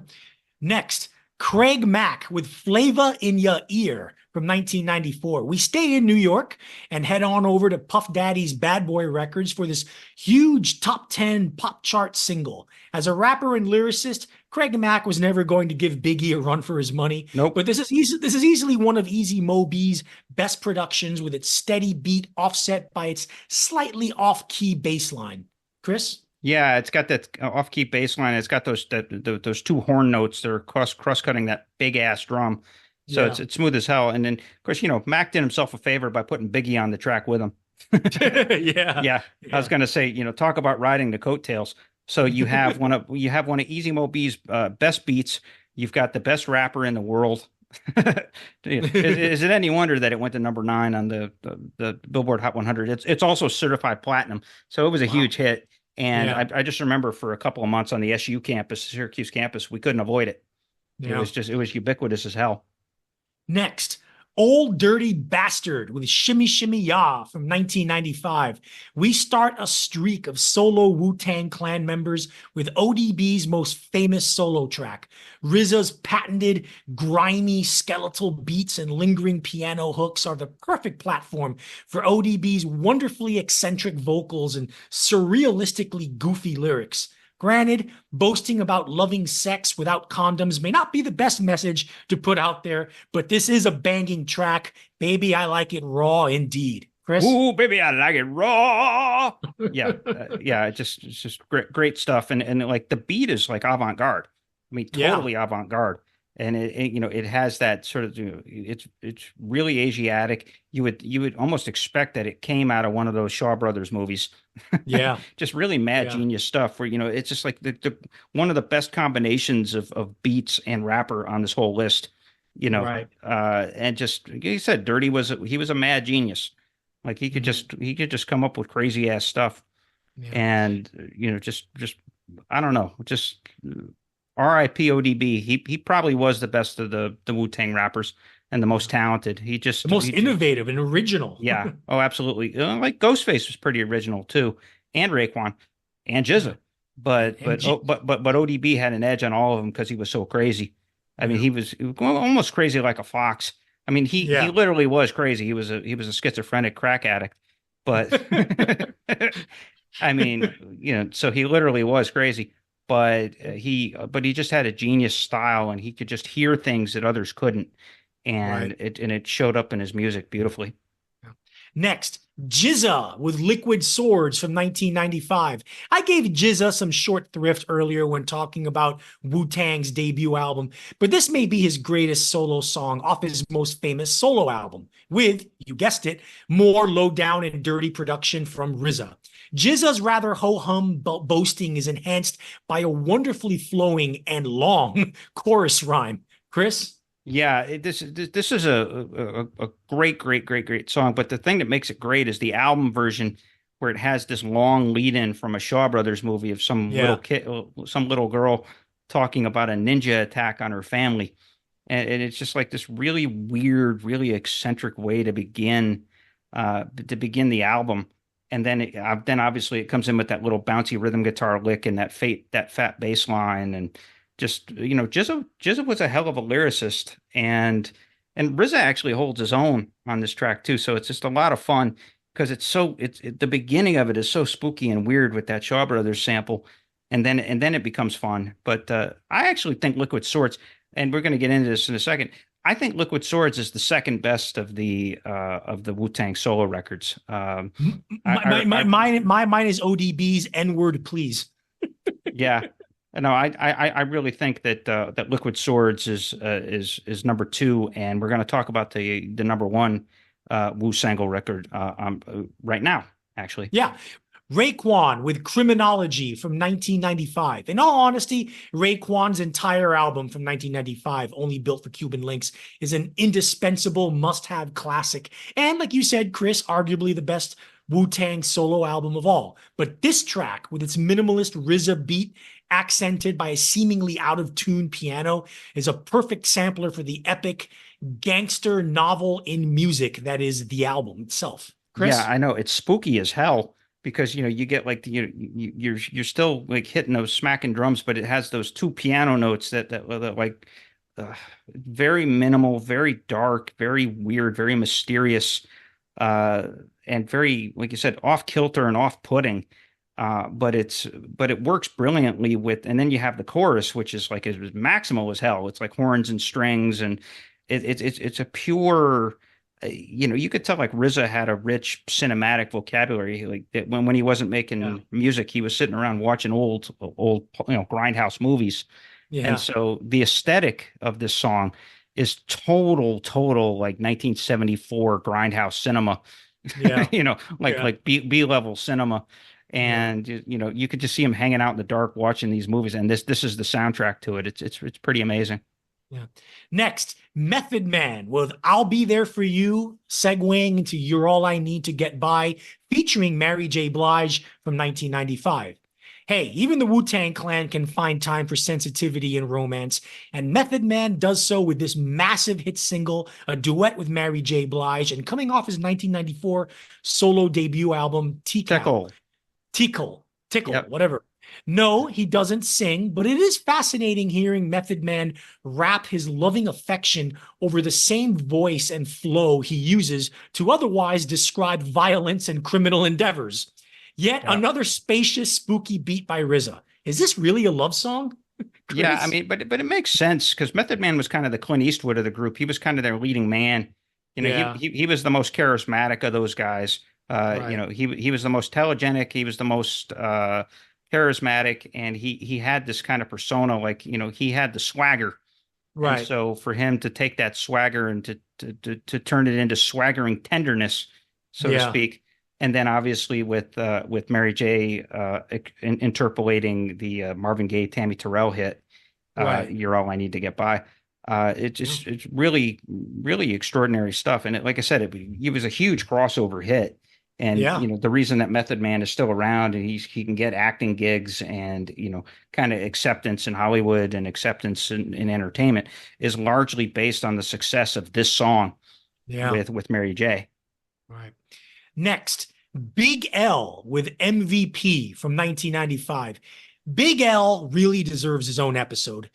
This is one of the greatest should have been, could have been stories in hip hop history. Yeah. In the early 1990s, there was a quartet of MCs in New York who hip hop people in the know had tagged for future greatness. The Notorious B.I.G, Nas, Jay-Z, and Big L. Yet Big L, who only released one album in his lifetime, he was murdered in 1999, was a little too uncompromising in his depiction of desperate tales of survival and death in the city, and his beats and music, while complex and dense, were decidedly uncommercial. He made the Wu-Tang Clan sound radio-friendly by comparison. The single MVP, his highest charting single in his lifetime, is a wonderful representation of lifestyles of Da Poor and Dangerous, one of the best albums of this or any era. Chris? Yeah. Big L was special, and one of the great tragedies, and I had actually just started working at SonicNet when he was murdered. And one of the great tragedies was his murder because he was just about to break out. Because remember, he had that song, what was it called? Linguistics. Yeah. Yeah, which was great and was going to be a huge hit. And they were, I think the machine was going to get behind him and he was going to Yeah. have his moment. But by the end of 1999, he was going to be a big star. But then he was murdered and then he got kind of quickly buried as kind of a, oh, well. Yeah. And they released the album and they gave it a little bit of promo, but they didn't give it the push that it deserved. Mm. He was special. He was a special talent, and this song, if rap was game, I'll be MVP. You're You right. know, Right. Yeah. good Right. stuff. Next, Jay-Z with Ain't No N-Word from 1996. Anyone who knows me knows that I consider Jay-Z to be one of the most overrated rappers in the history of hip hop. Not just his boring flow and rhyme style, but also his shallow lyrics and usually whack-ass beats. But hey, on his 1996 commercial breakthrough album, Reasonable Doubt, Ain't No N-Word was indeed an unavoidable earworm and has one of the grooviest, slinkiest grooves any hip hop single has ever had. Chris? Yeah, and actually, the sample, which is a '70s track called "7 Minutes of Funk," it was Mm. first used by EPMD on Strictly Business, Oh, and which we covered on the last episode. Actually, one of the singles that we covered it uses the same sample, but it was a perfect sample for Jay-Z because Jay-Z, he had that street hustler persona. Basically Jay-Z was whole shtick was a lampoon on the street hustler, yeah. and so that rollicking bass line and that kind of like catchy kind of almost pseudo disco kind of Yeah. beat was like perfect for him to be kind of a crude late he's a crude pig who thinks he's a ladies man is kind of the Yeah. gimmick of that song. And it's the same thing by having Foxy Brown on there. She manages to keep her dignity even while she's rapping. The pussy is all that. Great song. And for what it's worth, Jay-Z has got three great albums: Reasonable Doubt, The Blueprint, and the Black Album. And this is from the first of those, Reasonable Doubt, which is his best record, I think. Well, I don't know. That and The Blueprint are pretty close together. But Jay-Z, when he was at his best, was one of the best. But the problem is he phoned it in a lot. He was pretty inconsistent. But at his best, he was legendary. And this is a song that was indicative of that. Next, The Roots with Clones from 1996. Coming from Philadelphia in the mid 1990s, The Roots made their reputation as being an actual startlingly original hip hop band with live instrumentation of drums, bass, guitar, and keyboards, backing up a group of MCs led by Black Thought, spitting some of the smartest, most complex, socially conscious lyrics this side of A Tribe Called Quest. Their 1996 album, Illadelph Half-Life, was their critical breakthrough, the one that put them on the map, and Clones was the track that got the general hip-hop community to take notice.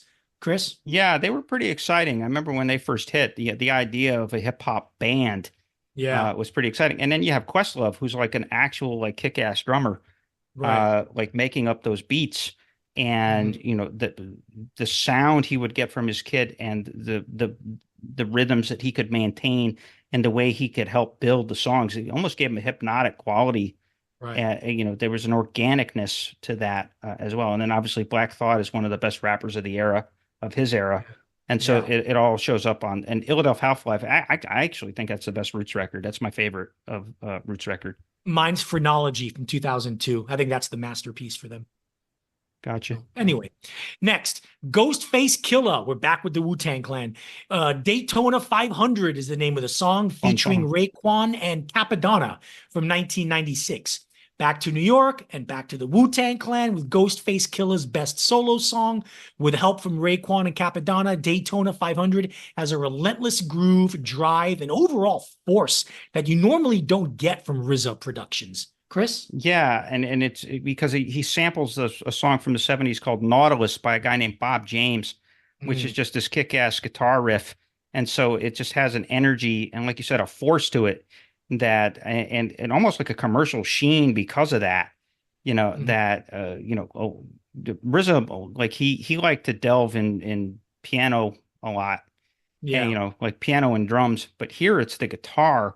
And so Mm, guitar driven RZA is a pretty pretty strong revelation, and it works, especially because I think Raekwon's verse is actually better than Ghostface's, Mm, and it all works with those guys. So yeah. who knew? Yeah. Next, Dr. Octagon with 3000 from 1996. Like with how I mentioned with Raekwon earlier, Dr. Octagon's album, Dr. Octagon Ecologist, is a stone cold classic of way out there, underground, almost indie hip hop. The album that introduced the lush, psychedelic beatscapes of Dan the Automator Nakamura to the world. It's Kool Keith's bizarro, sci-fi, fantastical wordplay that bedazzles. The single 3000 should be just a sampler for you to take in the whole album later on. Yeah, Chris? absolutely. Especially songs like Blue Flowers and No Yeah. Awareness. Yeah. Just really, really great stuff. And just the whole concept of it, it's, you're talking like a perverted, creepy, maybe not entirely human gynecologist.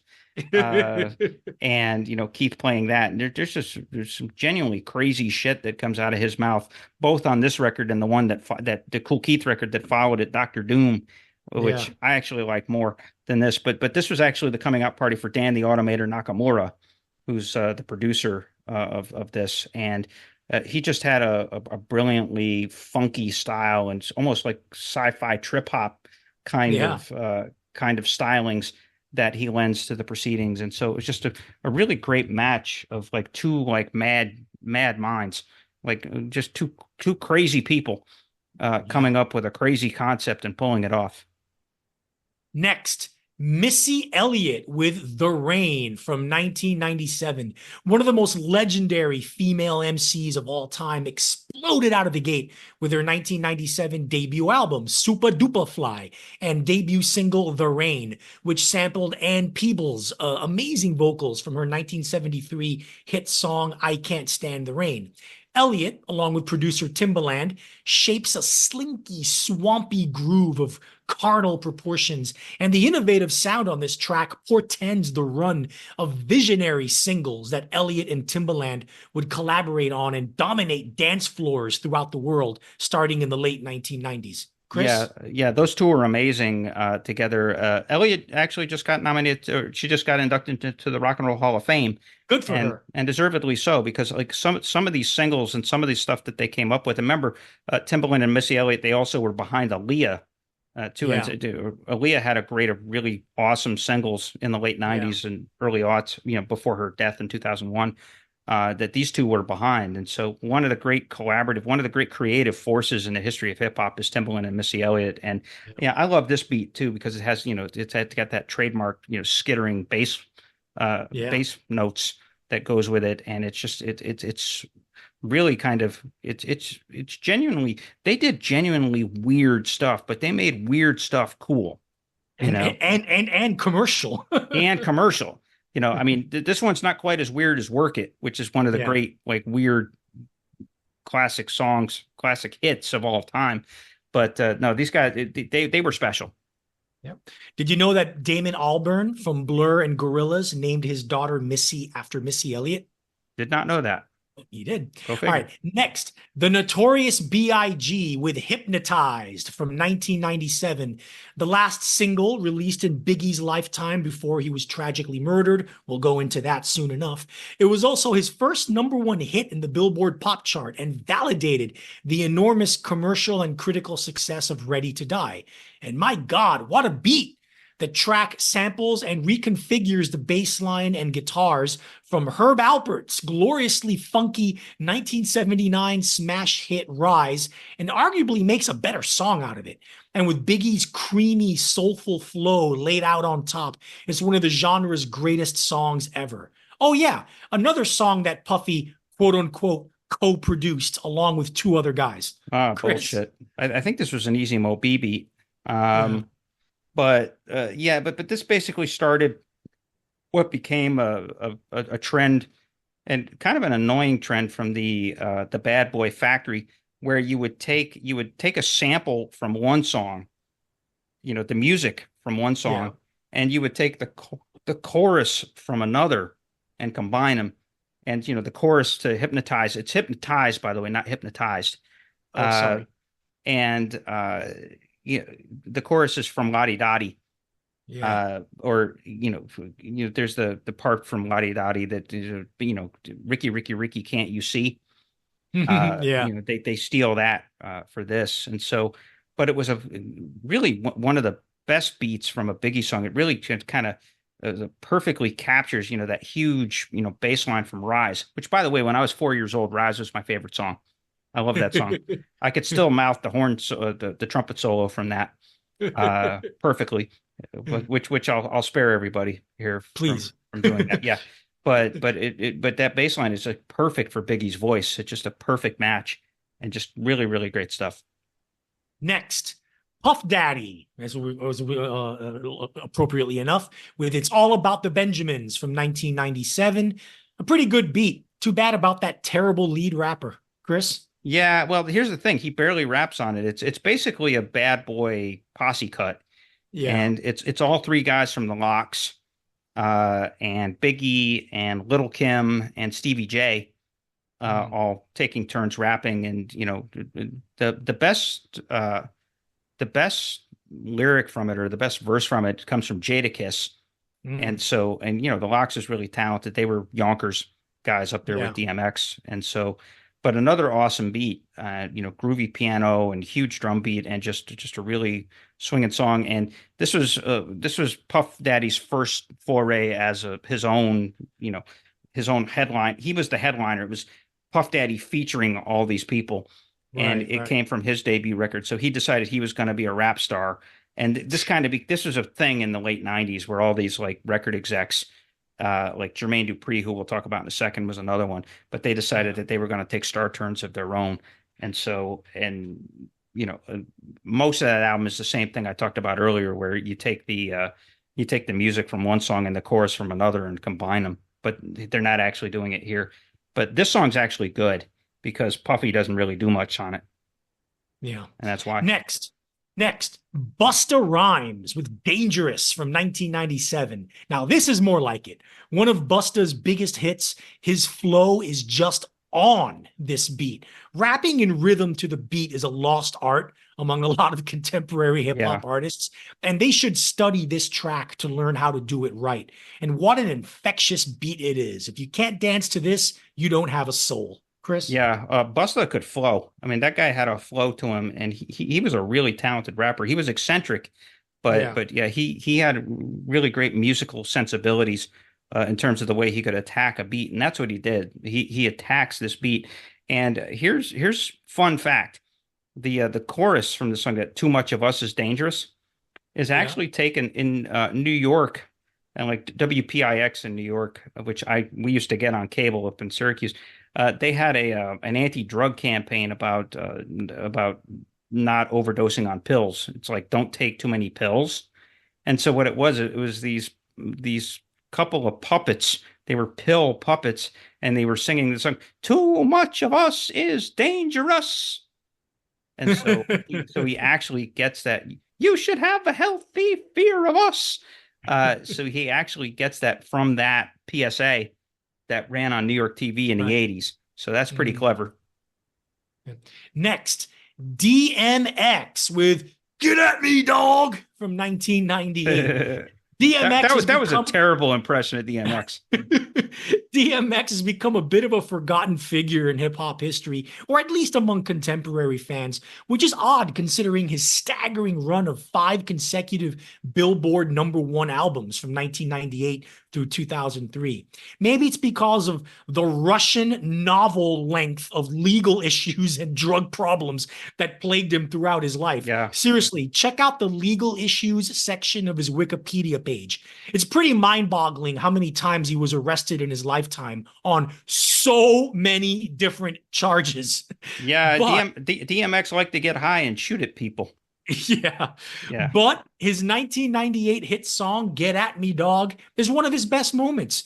It's a little Wu-Tang light with its gritty, static-filled beat and spindly piano riff, but DMX makes it work with his patented growling style of shout rapping. Chris? Yeah, DMX deserves more respect than he gets. Yeah, he's more known for his debilitating crack addiction at this point, and Yeah. how it kind of destroyed his life. But the guy had 5 #1 albums in a row, He Yeah. sold like 15 million records or something like that. He's like one of the most successful rappers of all time, and for good reason. He was a hell of a performer. I mean, he was a hell of a charismatic performer, and he had this sort of he had this weird dichotomy going on where he, on the one end, he had that pure thug, where a lot of one of his common refrains on his songs was "suck my dick."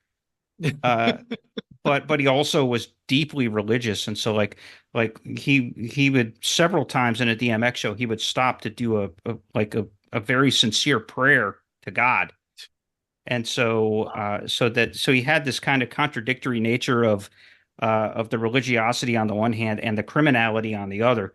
That he was a deeply troubled guy, and just again debilitating crack addict. He was a crack addict from the time he was like 13, and he never was able to shake it. But It's Dark and Hell is Hot is one of the best hip hop albums of the era, legitimately. This song hit number 6 on the rap chart, and again, he had 5 albums in a row that hit number 1 Yeah. on the Billboard 200 albums chart, which is an amazing accomplishment even now. Really is. Next, Jermaine Dupri with Money Ain't a Thing, featuring Jay-Z from 1998. Like DMX, Jermaine Dupri had his moment in the late 1990s through the mid noughties. But Dupri wasn't as troubled as DMX and was a pretty renowned producer. With Jay-Z as guest rapper, this is one of Dupri's finest moments. Yes, it's another insufferable lyric about how much money and how many possessions he has, but it has a delicious bass line with a wonderful horn sample from Steve Arrington's Weak at the Knees. Chris? Yeah, here's a trivia question. What is Dupree most famous for? I don't know what. He broke Crisscross. Oh yeah, okay, I remember them. Yeah. Yeah. Miggity, miggity, miggity, Mac Daddy. Yeah. Yeah. So the little kids. So he was from Atlanta, and so he had a thing going. He was a record producer. He was a record producer, but also a record executive. And he was kind of like Puffy. He was having his moment where he had enough successful artists that he wanted to kind of do his own thing and step out in front. And so Jay-Z was helping him with this.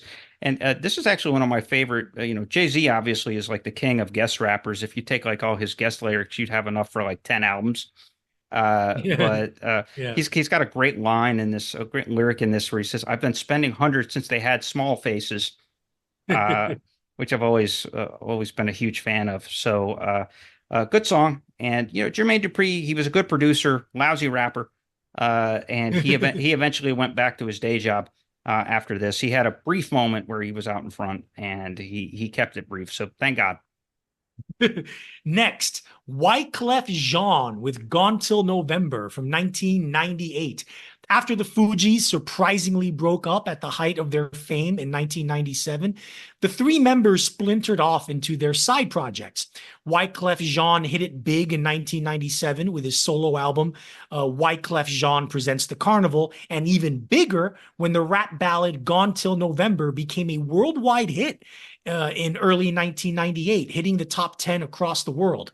And it's a worthy hit, too, with a non-sampled orchestral arrangement by the New York Philharmonic Orchestra and a yearning in the lyrics, functioning as a bittersweet ode to a traveling musician's life. It looked like Wyclef would be the ex-Fuji with the brightest solo career, until Lauryn Hill released her Yeah, own all-time exactly. classic later in the year and pretty much made him irrelevant. Chris? Yeah, Wyclef Jean's story kind of proves that sometimes being the first mover doesn't always make you the most successful. Yeah. He moved first, and the Carnival is a great record. I love the Carnival. Anything Can Happen is probably the best song from that, and because he combines a lot of the stuff that he had picked up from the streets of Jersey Yeah. and New York, but he combines it with Haitian folk. And Right. so there's a lot of like true island stuff on there. It really is a carnival of a record. Yeah. But again, he had the first mover advantage, and it looked like he was going to be a big star. And then Yeah. Lauryn Hill came out and crushed him like a bug on a couple of those diss tracks, Yeah. and basically snatched his soul, Yeah. Yeah. which is too bad because Wyclef then kind of falls off, and he's been doing his own. He's still prolific, and he's been prolific, but he fell off from mainstream success after Lauryn Right. Hill like caught a body. But then Yeah. Lauryn Hill disappeared too. So basically, Lauryn Hill, she destroyed him, and then proceeded to destroy herself. So the Fugees is one of the oddest stories of all of musical history. Just a Yeah. really odd, arc for them. Yeah. And next, our final track in this lightning round, Foxy Brown with Hot Spot, 1998. This isn't Foxy Brown's biggest hit or most popular song, but man, oh man, is it her raunchiest and nastiest. And that beat is appropriately raunchy and nasty as well. This is sweaty, sexy, pulsating hip hop for down and dirty fucking, and pretty indicative of the nudie bar direction mainstream hip hop was going in at the time. Yeah, Chris? and Foxy Brown was more than happy to take it in that direction. She actually was really young when she first hit. She was 18 when she first hit. She was a part of this hip hop supergroup with Nas and AZ called The Firm. Right. Which was produced by Dr. Dre. That was his first album out on his Aftermath Entertainment. And so Foxy got her start then. And so she was more than happy to play the sort of the young delicious sex object in these songs. And this was the lead song from her second album, China Doll, which actually hit #1 on the Billboard 200 albums chart. And the beat here is by Irv Gotti, he's another one. He's having a bad year too. He's another one that's being accused of sexual assault and of sexual exploitation. So, yeah, the big label impresarios of the late 90s are having their comeuppance now. Go figure.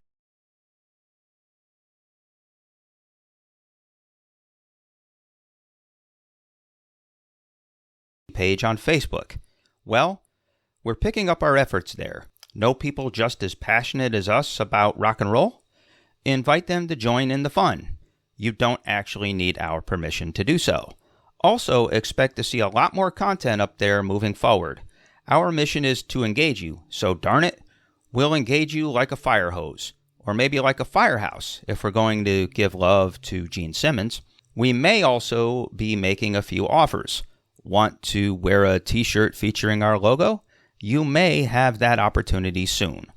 So be a fellow curmudgeon, help us expand our little community, and share your own musings via your own posts. We're at facebook.com/groups/curmudgeonrock. So now we get to the point in probably the one a lot of people, if you're listening to this podcast, are most looking forward to in this episode. And that is the feud that changed everything in 1990s hip hop. Basically, it's the biggest name beef feud in hip hop history. It's the Biggie Tupac feud. And we're going to talk about how it started, what happened, and who was responsible. Chris, put your journalistic cap on and let us know. Yeah, in terms of who was responsible, I would say everybody involved, including the record industry. And so here's what happened, and we touched on this in the parameter setter. What happened is that originally you had this what started out as magnification from even Schoolie D going back that far, and Ice Cube and those folks. What started off as magnification became glorification when things like The Chronic and Doggy Style hit.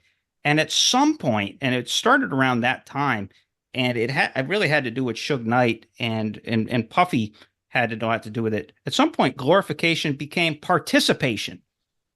And so what ended up happening is you're talking about all this criminal aspect of it. Well, it's only a matter of time before the actual gangsters get involved and have a stake in what's happening. And this is what kind of happened in this instance, where things just sort of escalated beyond anybody's control. And I don't even know what exactly started it.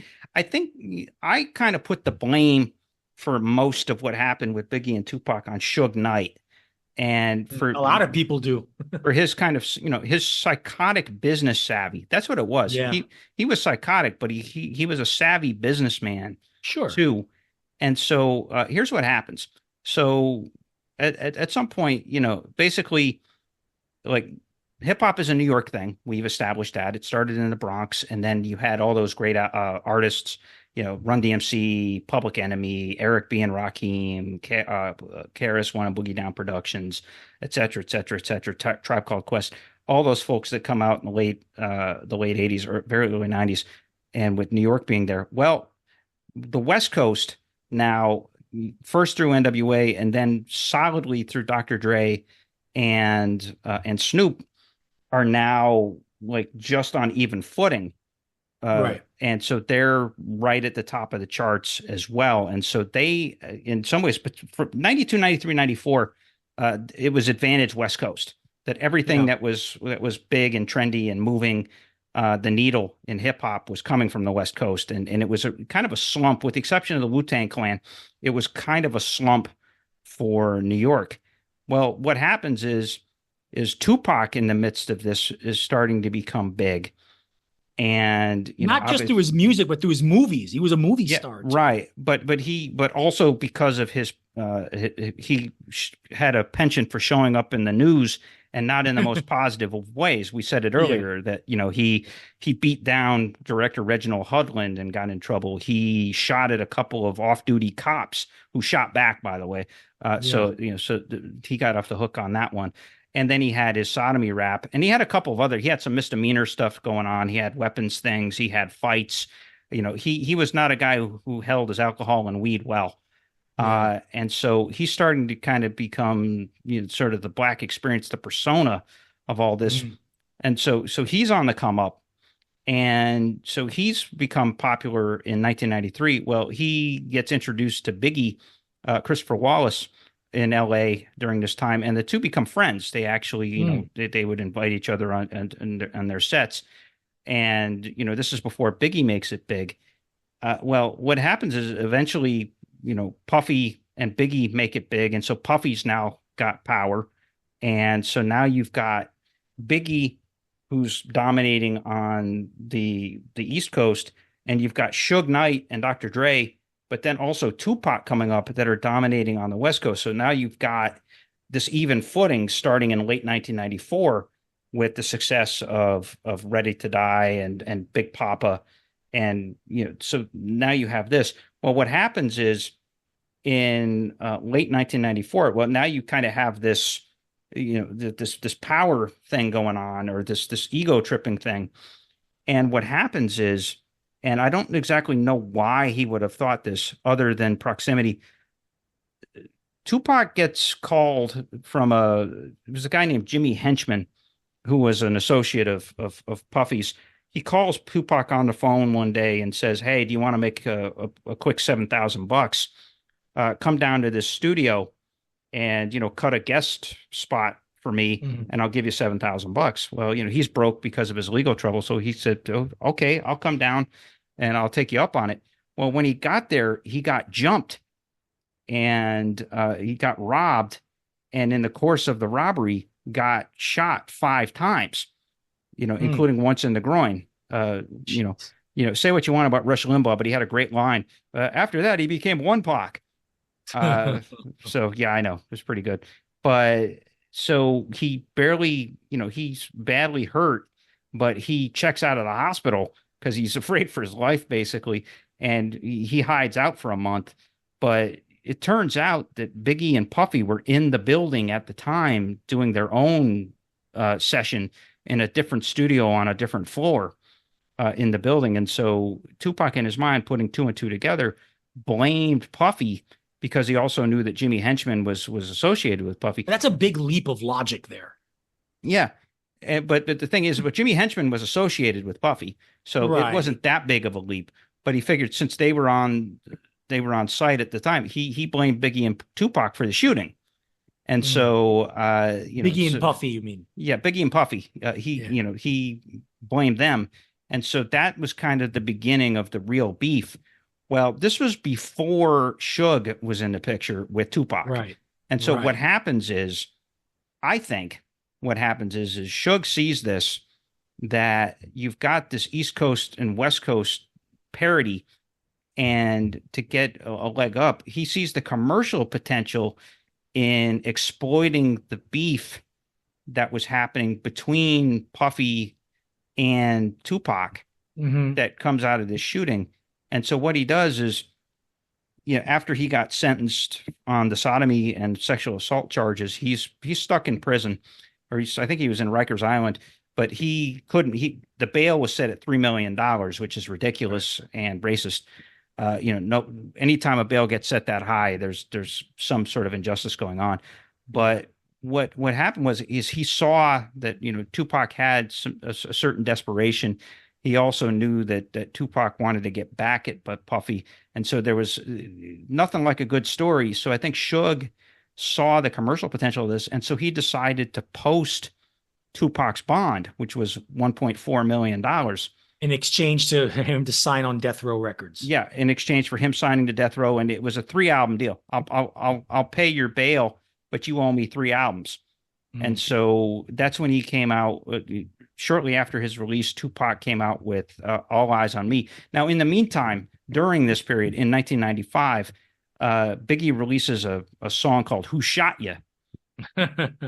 Which basically is referencing the Tupac single, Tupac shooting, and kind of goofing on it. And almost, basically it was battle rapping, but he wasn't actually taking credit for the shooting, but he was kind of lampooning it. He was goofing on Tupac and kind of taunting Tupac by doing that. Well, Tupac took it literally.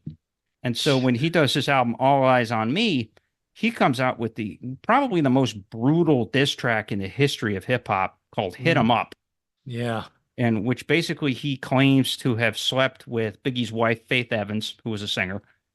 And he also basically makes death threats against everybody's, basically saying that he's going to shoot everybody and that he wants to murder everybody and wants to see everybody dead. And he's just really just brutal, brutal, brutal stuff.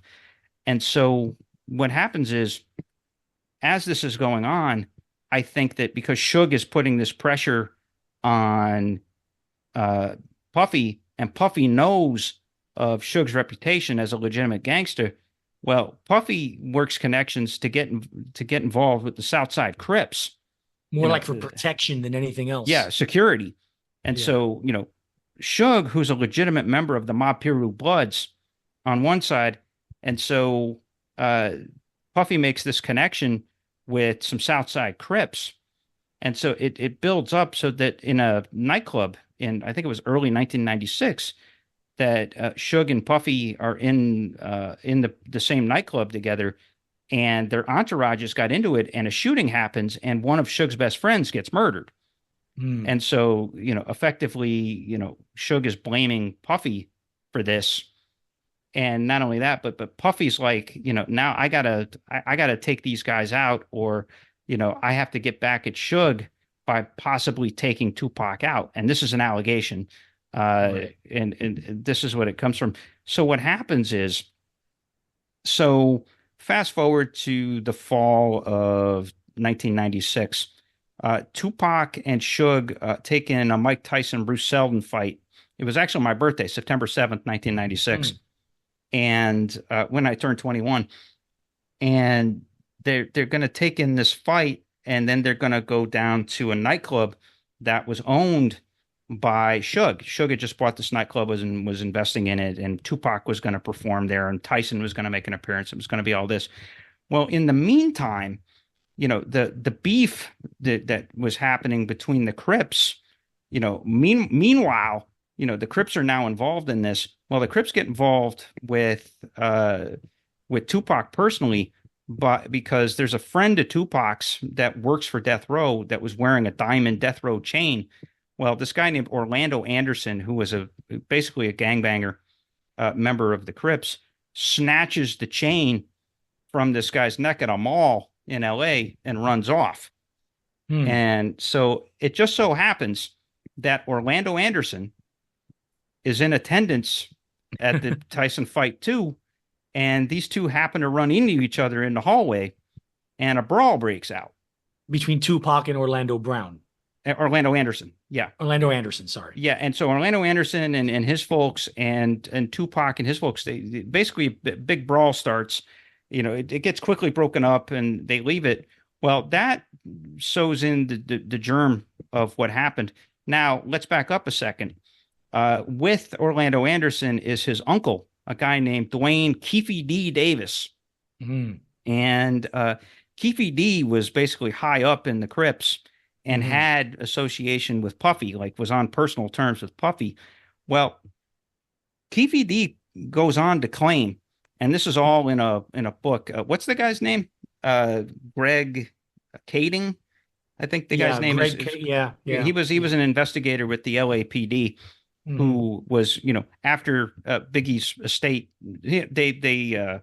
they sued the LA cops for wrongful death related to Biggie's murder. Sued him for like $400 million. It gave him the kick in the ass. Gave him the kick in the. We got to solve this case, so we're going to lose a lot of money. So then they bring in Greg Kading to figure out what's going on. Well, eventually he works his channels and gets an audience with Keefe D. He basically sets Keefe D up in a drug rap, and he gets Keefe D to basically say that what happened is that like a couple of weeks before the Tyson fight, he met with Puffy in L.A., and Puffy apparently offered $1 million for a hit on Tupac to kill Tupac. Huh. And so what happened? So they said this had nothing to do with the chain stealing here. Yeah, no, this part doesn't.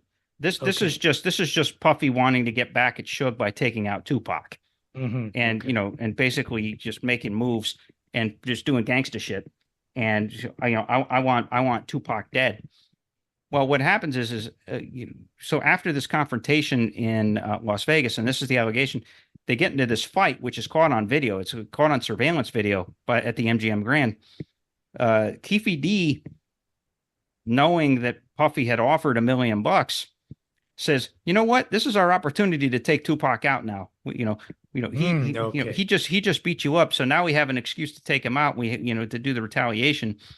And they kind of got lucky. They were originally going to go to the club, and they were going to do the hit in the parking lot of the club. Well, they got restless, and they decided that they were going to go try to find Tupac, and they must have been smoking weed or something, because this makes no sense. That they decided that they were going to leave the parking lot and go ramble the strip to see if they could go find Tupac. Yeah.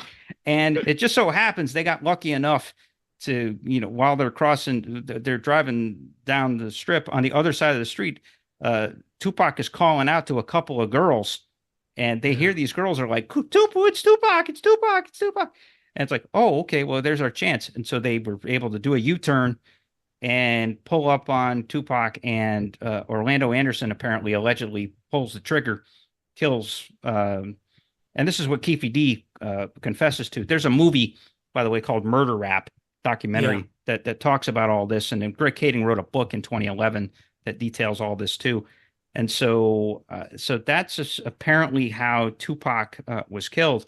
It was an excuse that really was born at the behest of a $1 million request for the head of Tupac by Puffy.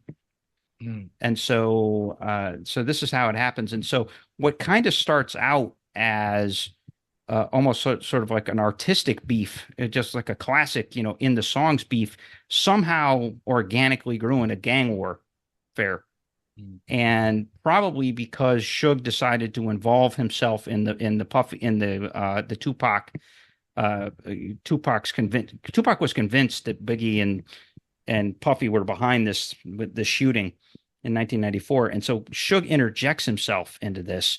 And it kind of turns into this sinister, real life violence thing that started off as an artistic thing, right? And so it's pretty crazy. And then as far as the Biggie part of it, it's pretty clear. There's never been charges brought on this. Oh, coincidentally, Keefe D was arrested in Vegas last year and charged with conspiracy to commit Tupac's murder.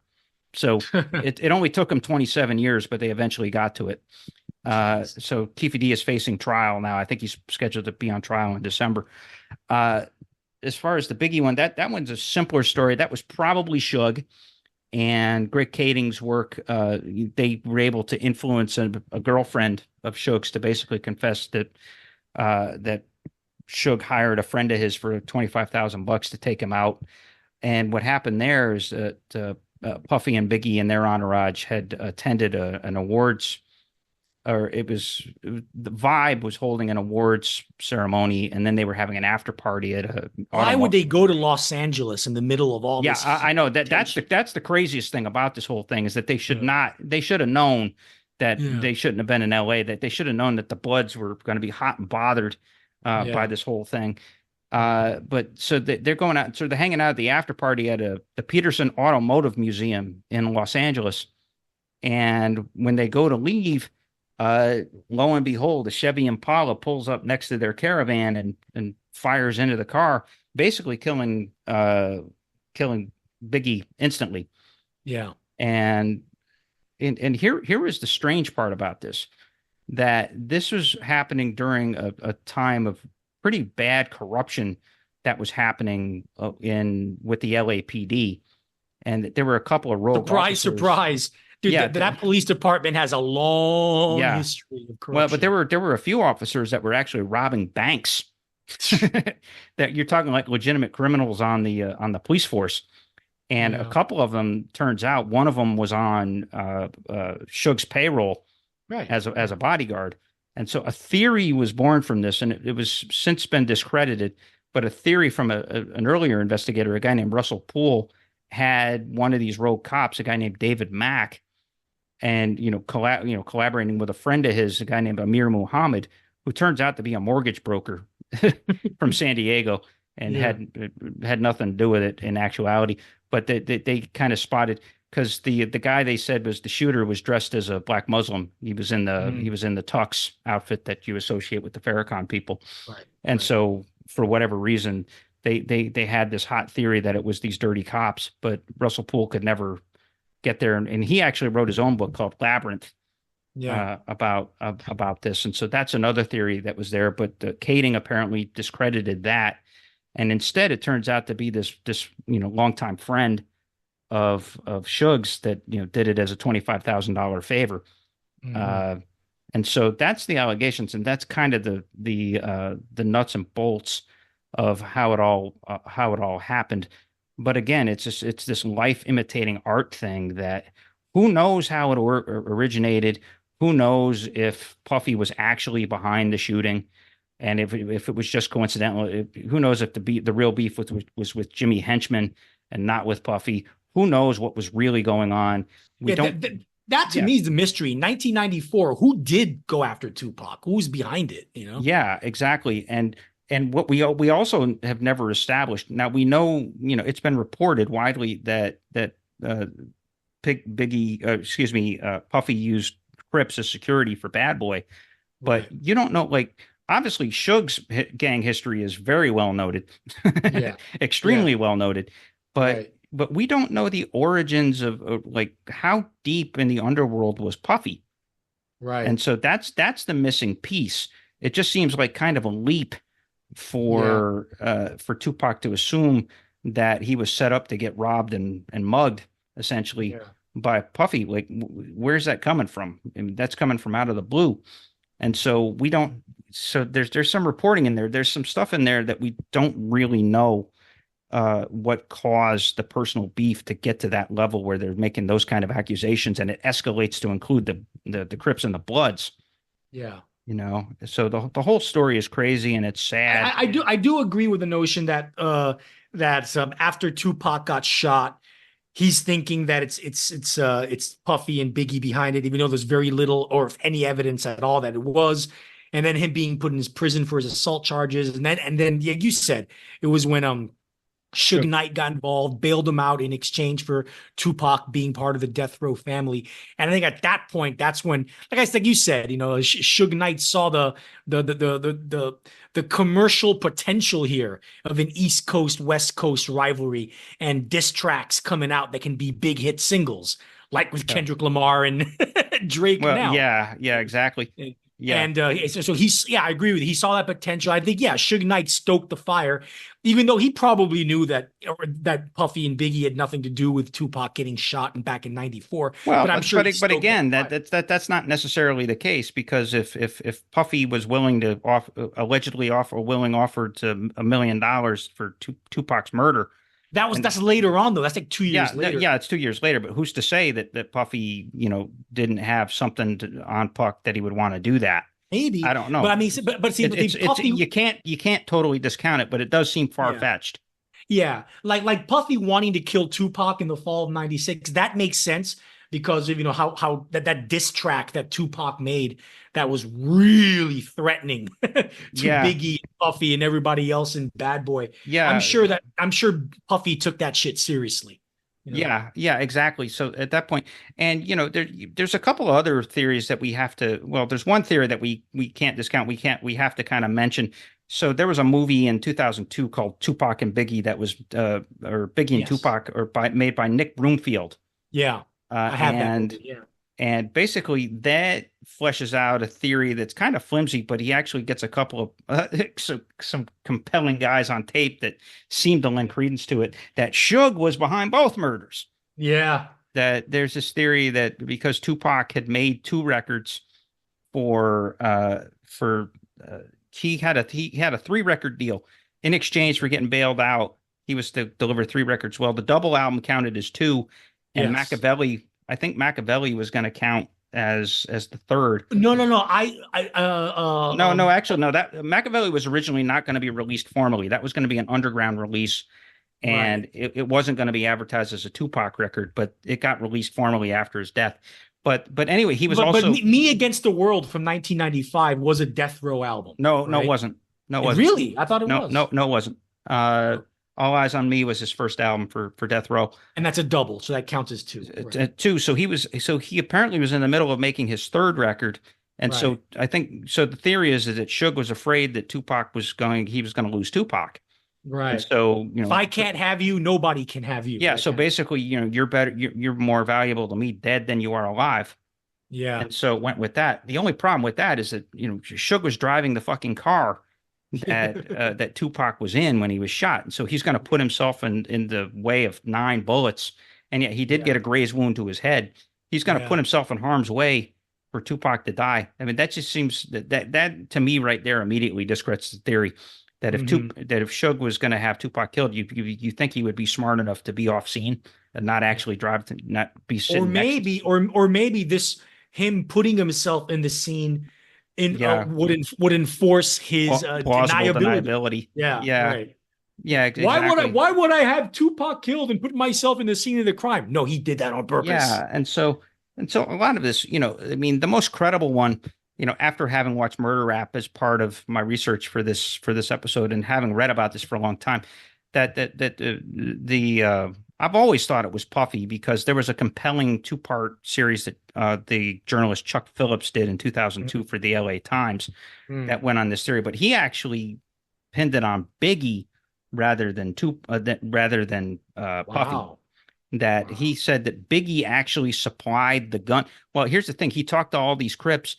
That according to Chuck Phillips's report, not only did Biggie order the murder, and not only did Biggie supply the gun that they used to do the killing, Biggie, according to these guys, was actually in Las Vegas when Tupac was killed. And this was in the Chuck Phillips thing. Well, that's been widely discredited because apparently he was in a recording session. Right. A late night recording session, and they have the logs and they can prove that he wasn't there.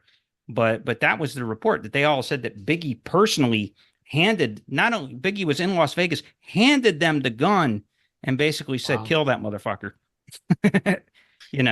After the Orlando Anderson thing, they conferred this big meeting that Biggie made an appearance at. And so it's kind of fabulous. But Phillips ran with it. And apparently he had like 6 corroborating sources for it too. Wow. So, and Phillips, and then he ended up getting ruined. He followed that story for years. He got ruined in, I think it was like 2011. He did a story on the Jimmy Henchman's involvement in the Tupac shooting, but he got duped by a fraudulent document that somebody associated with Jimmy Henchman, basically forged an FBI document and faxed it over to Phillips, and Phillips bought the fraud. Right. And so basically, so you do that. Now you can discredit the whole story. And, Phillips got fired by the LA Times because of that. Wow. So just so, yeah, so a lot of fascinating conspiracy theories, but having watched Murder Rap and having followed the story and seeing that Keefe D got arrested in Vegas last year, I Yeah. totally buy the Puffy paying or promising money for the Crips to So are kill. we going to see Puffy or P. Diddy arrested in the near future?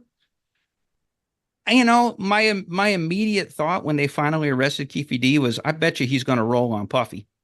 Mm, But that hasn't happened yet. right, And so he's facing trouble. Thing is Keefe D's got terminal cancer. So right. it's kind of like a race against the clock here. But Yeah, is he going to roll on Puffy? right. And the thing about it is, according to the movie, he never actually got his money. That a guy who supposedly was his best friend stole 500,000 bucks. You know, Wow. that basically he was supposed to be the bag man, but kept the money for himself. So the whole story is crazy. It's crazy. It's tragic. It makes no sense. It shouldn't have happened. It got way, way, way, way, way out of control and got way carried away. I'm surprised a And Hollywood movie hasn't been made about this, like a yeah, well, I mean, dramatization film. there was a Biggie biopic made called Notorious. That was made a long time ago, actually. But it didn't go anywhere, did it? Yeah, I mean, it was a modest hit, but Hmm. yeah, they did make a Biggie biopic, but nobody's done a movie treatment of Biggie Tupac, which you're right, I am kind of surprised about. But the whole thing is just tragic, and what it did is it kind of ruined hip hop. Yeah, And we'll talk about that here briefly next, yeah, but it took away the spirit. Now, you go from cold rocking a party to murdering your lyrical opponents. yeah, Uh, yeah, that's a huge leap, and yeah, how that happened and all that. It just what a waste. And yeah. Biggie was 24 and Tupac was 25. What a Mm, waste. They yeah, were so young and they were so good and they had so much of a future, and what a fucking waste. yeah, yeah. It really is. Well, Chris, this leads us to the next segment of this episode. We're nearing the end. The aftermath, the aftermath of the Biggie Tupac feud, and of course, this era of hip hop, of 1990s hip hop, where hardcore goes mainstream. All right, now let's see. If the tragic conclusion of the Tupac Biggie feud wasn't enough to turn off not just casual fans, but ardent hip hop fans away from hardcore or gangster rap, then the following three developments put the proverbial nail in the coffin and forced hip hop as a whole to turn a new page in its history.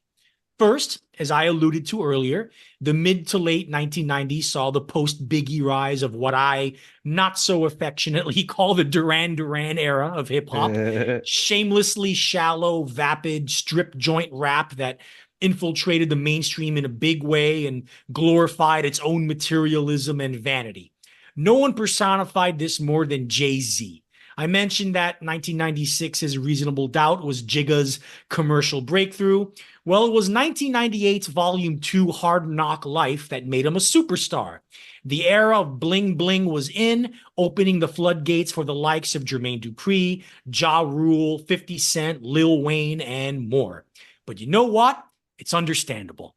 After the genuine, authentic intensity of Tupac, the too close to the bone psychodrama of Biggie, the graphic gangster fantasia of the Wu-Tang Clan, the gritty realism and introspection of Nas, and the seemingly all too real criminal threat of the Death Row Records crew, maybe hip hop fans wanted something a bit more lighthearted and easier on the ears and mind. Maybe the fearsomely genuine, straightforward, no nonsense art of the likes of Big L was never destined to cross over. Yeah. Second, you had the unexpectedly successful return of intelligent, soulful, socially conscious, even politically minded alternative rap. On one level, keeping it strictly indie, you had the collective that coalesced around New York's indie label Raucous Records, Yep. particularly the productions of High Tech and the artists Mos Def and Talib Kweli. The latter two joined forces as the duo Black Star and, in 1998, released a seminal album, Mos Def and Talib Kweli are Black Star, an undisputed classic and one of the greatest hip-hop albums ever made.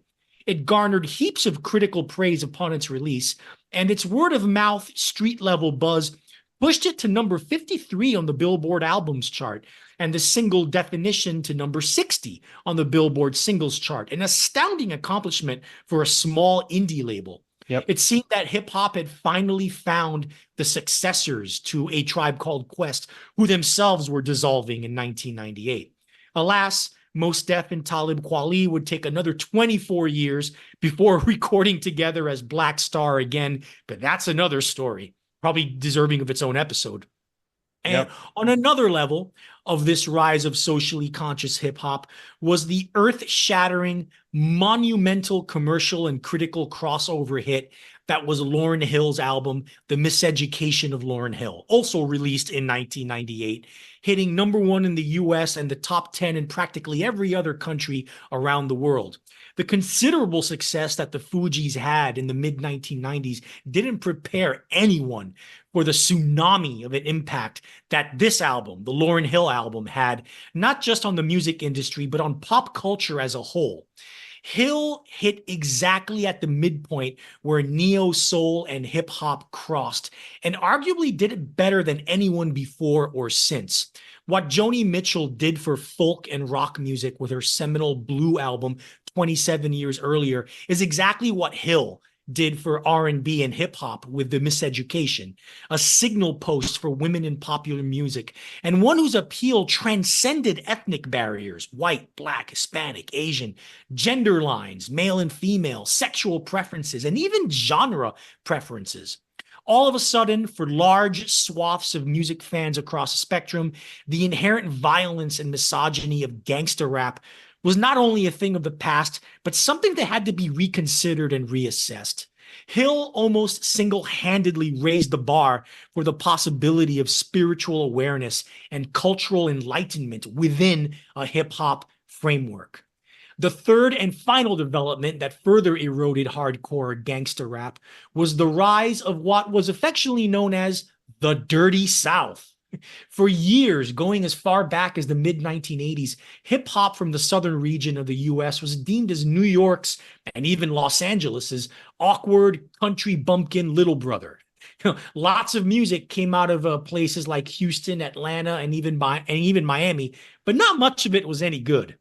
Enter the Atlanta duo Outkast. Starting in the mid-1990s, Big Boy and Andre 3000 created a new kind of template that combined the braggadocio of hardcore with the thoughtfulness and progressive attitude of alternative hip-hop, and augmented it with a sonic experimentalism that usually eluded artists of both strands of the genre, hardcore hip-hop and the alternative hip-hop. This came to a peak with the commercial crossover of, once again, released in 1998. It's amazing how all this shit happened in 1998. Yeah, I know. 98 is an incredible year for hip-hop. Yeah. The album Aquemini, a record of black music soup that incorporated 1970s soul, the joy of 1980s hip-hop, the attitude of early to mid-1990s hip-hop, southern fried funk, and the dizzying haze of psychedelia. One of the most thoroughly, daringly original albums in hip-hop history, set the stage for a career that would see even greater heights in the decade to come. Outkast weren't the only Atlanta group to break through. The crunchy sounds of Goody Mob broke through as well with the soon-to-be solo star CeeLo Green, as did the hilarious Ludacris. Mm-hmm. So hardcore hip-hop and gangster rap may have reached the end of its rope, and the developments mentioned may have hastened and solidified its demise, but they also pointed the way for the next century in hip-hop's evolution. Chris? Yeah, and hip-hop is basically imperiled now, and it has been for at least a decade.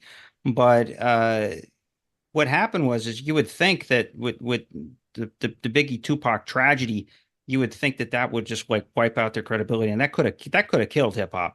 And so 1998 was exactly the year that hip hop needed to move Yeah. on from that, with the Lauryn Hill record, with Aquemini, which is just incredible, with Black Star, even with Jay-Z and DMX, because those guys, yeah, they kind of delved in the gangsta stuff, but they did it in a comical way. It was hardcore light. Yeah, hardcore light. It was almost like a lampoon. Like DMX was kind of a cartoon. He was not. DMX was not a normal guy, and and so it's not like Tupac. Tupac was like the epitome of the black experience. DMX was just weird. He was just nuts. A criminal who loved Jesus. Yeah, exactly. And then Jay-Z, with that sort of, Jay-Z was almost cosmopolitan in his ability to lampoon the sort of the hustler drug dealer character. Right. Jay-Z doesn't get a lot of credit. He doesn't get as much credit for being as smart in his approach that he was. But so it just was just a tremendous year. 99 was also a good year too, because that's when Eminem broke, and that's when Pharoah Monch had Simon Says, and and then you had lots of good stuff there. So yeah, the first couple of years after the Biggie Tupac thing blew up were pretty darn positive, and it kind of showed that at the end of the day, the music, the vibes of the four elements are just a really powerful force, and that hip hop was a vital musical genre. That if you just take it as the art form, it's one of the purest, most populist art forms of all time, and definitely in American history. And so I think that so long as it had its elements and its roots, that it ended up becoming easier to get back to it after all that. That they didn't let too much reality break up the vibe. And so I think that, so I look back at 98 and 99 very, very, very fondly in hip hop, because especially, like I said, probably Aquemini is probably the most long lasting thing on that, because there's a musical sophistication to Aquemini that's just unbelievable. Well, Miseducation of Lauryn Hill's got its moments too. I think that album's a little overrated. I agree too. It's a great, it's a great album, but it's not that great. Yeah, there is a list of albums that I call 5-star classics that are somehow overrated. Yeah, and that Lauryn Hill album is one of them. It's a 5-star classic, but it's not overrated. But it's not the 10th best album ever made. No, it's not. as Rolling Stone likes to tell us. Yeah. So I don't know. So yeah, I think you captured the aftermath very, very well there. Just a tremendous rebound and a tremendous comeback. That again, by 2010, things had pretty much gone in the shitter. But I mean, when we go into the next episode in this hip hop series, we will have to start with that skinny little white guy from Detroit who kind of changed the whole paradigm. Yep. Yeah, absolutely. Yeah. Well, it started to change the paradigm, and then you get Kanye West who changed the paradigm. Then Drake changed the paradigm, not necessarily for the better. I would say Kanye changed it for the worse, but that's a discussion. No, Kanye changed it for the better until he turned out to be a Nazi. It's just too bad. No, but anyway, that's a discussion for another day. Well, this has been long, and this has been pretty freewheeling, but we covered a lot of ground because, and honestly, I think a long episode, and this is going to be a long episode, folks. This is going to be one of our longest episodes of all time. I think it really merited it because it did. Because it really is one of the most massive era. This is one of the most important stories in the history of popular music, like what happened to hip hop in the 1990s and how it went off, how it started off gloriously, but then it all went off the rails, and then had that comeback. So this has been a special discussion. Arturo, any final thoughts? Well, I was going to ask you, what is the legacy of this hardcore goes mainstream period? I think the legacy of it is a lot of great music, and but also it was that unfortunate blurring of the lines that still continues today. That from there you get 50 Cent and Ja Rule that had a feud, and that it's pretty obvious that Irv Gotti and Ja Rule had something to do with 50 Cent shooting, and so the legacy is that this doesn't necessarily stop. That the streets met the studio, right? And that still continues to this day. That you get all these characters like Tech Nine, and there's a few others that have been on, or like Nipsey Hussle gets murdered, Too mmany guys are getting killed young, and too many guys are ending up in court on murder raps still. And so that's one of the legacies of that. It kind of opened the floodgates for like legitimate gangsters to get into hip hop. That's one thing. The other thing is that just sonically, it kind of extended the palette by introducing funk and by introducing Asiatic influences that RZA brought in, and also like DJ Premier's approach of the sort of those lean minimalist beats, and Easy Mo B. And so there was a vanguard that happened, and there was a paradigm shift in the sampling and the sounds, and sampling becomes less predominant during this period too because of the money. Right. And so there's a musicality that comes from this era. But I mean, its ultimate legacy is that it just a whole lot of talent was wasted, and a whole lot of opportunity was wasted to basically, whoever came up with it, the CNN of the streets, became the Hill Street Blues of the streets. But some of the greatest albums ever made came from this. Yeah, absolutely. And without letting some of that edge, you had to kind of give a little bit, because the artistry, it all stems from the streets of the South Bronx, which were not friendly places. Yeah. And so obviously, to not bring in some of this element is to deny reality. And so it was inevitable that some of this, as the MCs became more prominent, the MCs gained prominence over the DJs starting in the mid 80s. And the DJs became just producers. Yeah. And the DJs faded away and the producers became producers. The real musicians went in and did that. And so, there's I think there's a rich legacy to that realism was inevitably going to come into hip hop. It just came in at too high a dose. Right. And with that, folks, as we always do at the end of these episodes, we encourage you to join our curmudgeonly community on Facebook. We've been posting a lot more up there lately. Arturo alluded to it. He tends to be our new music guy. I tend to be our old music guy. So good stuff up there. Feel free to join. It's invite only, but chances are we'll let you in. Find us facebook.com/curmudgeon. Facebook.com/groups/curmudgeon rock. Also, if you've got any thoughts about this album or about this episode or about anything we've had to say or anything that came out of our mouths here, if you disagree or if you feel passionately that Suge actually is the one that killed Tupac, hit us up at curmudgeonrock@gmail.com.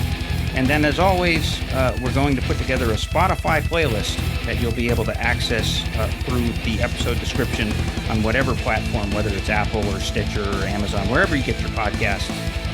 You'll be able to click on the link to the Spotify playlist and enjoy all this great music that we've talked about, truly great music. You'll be able to enjoy that.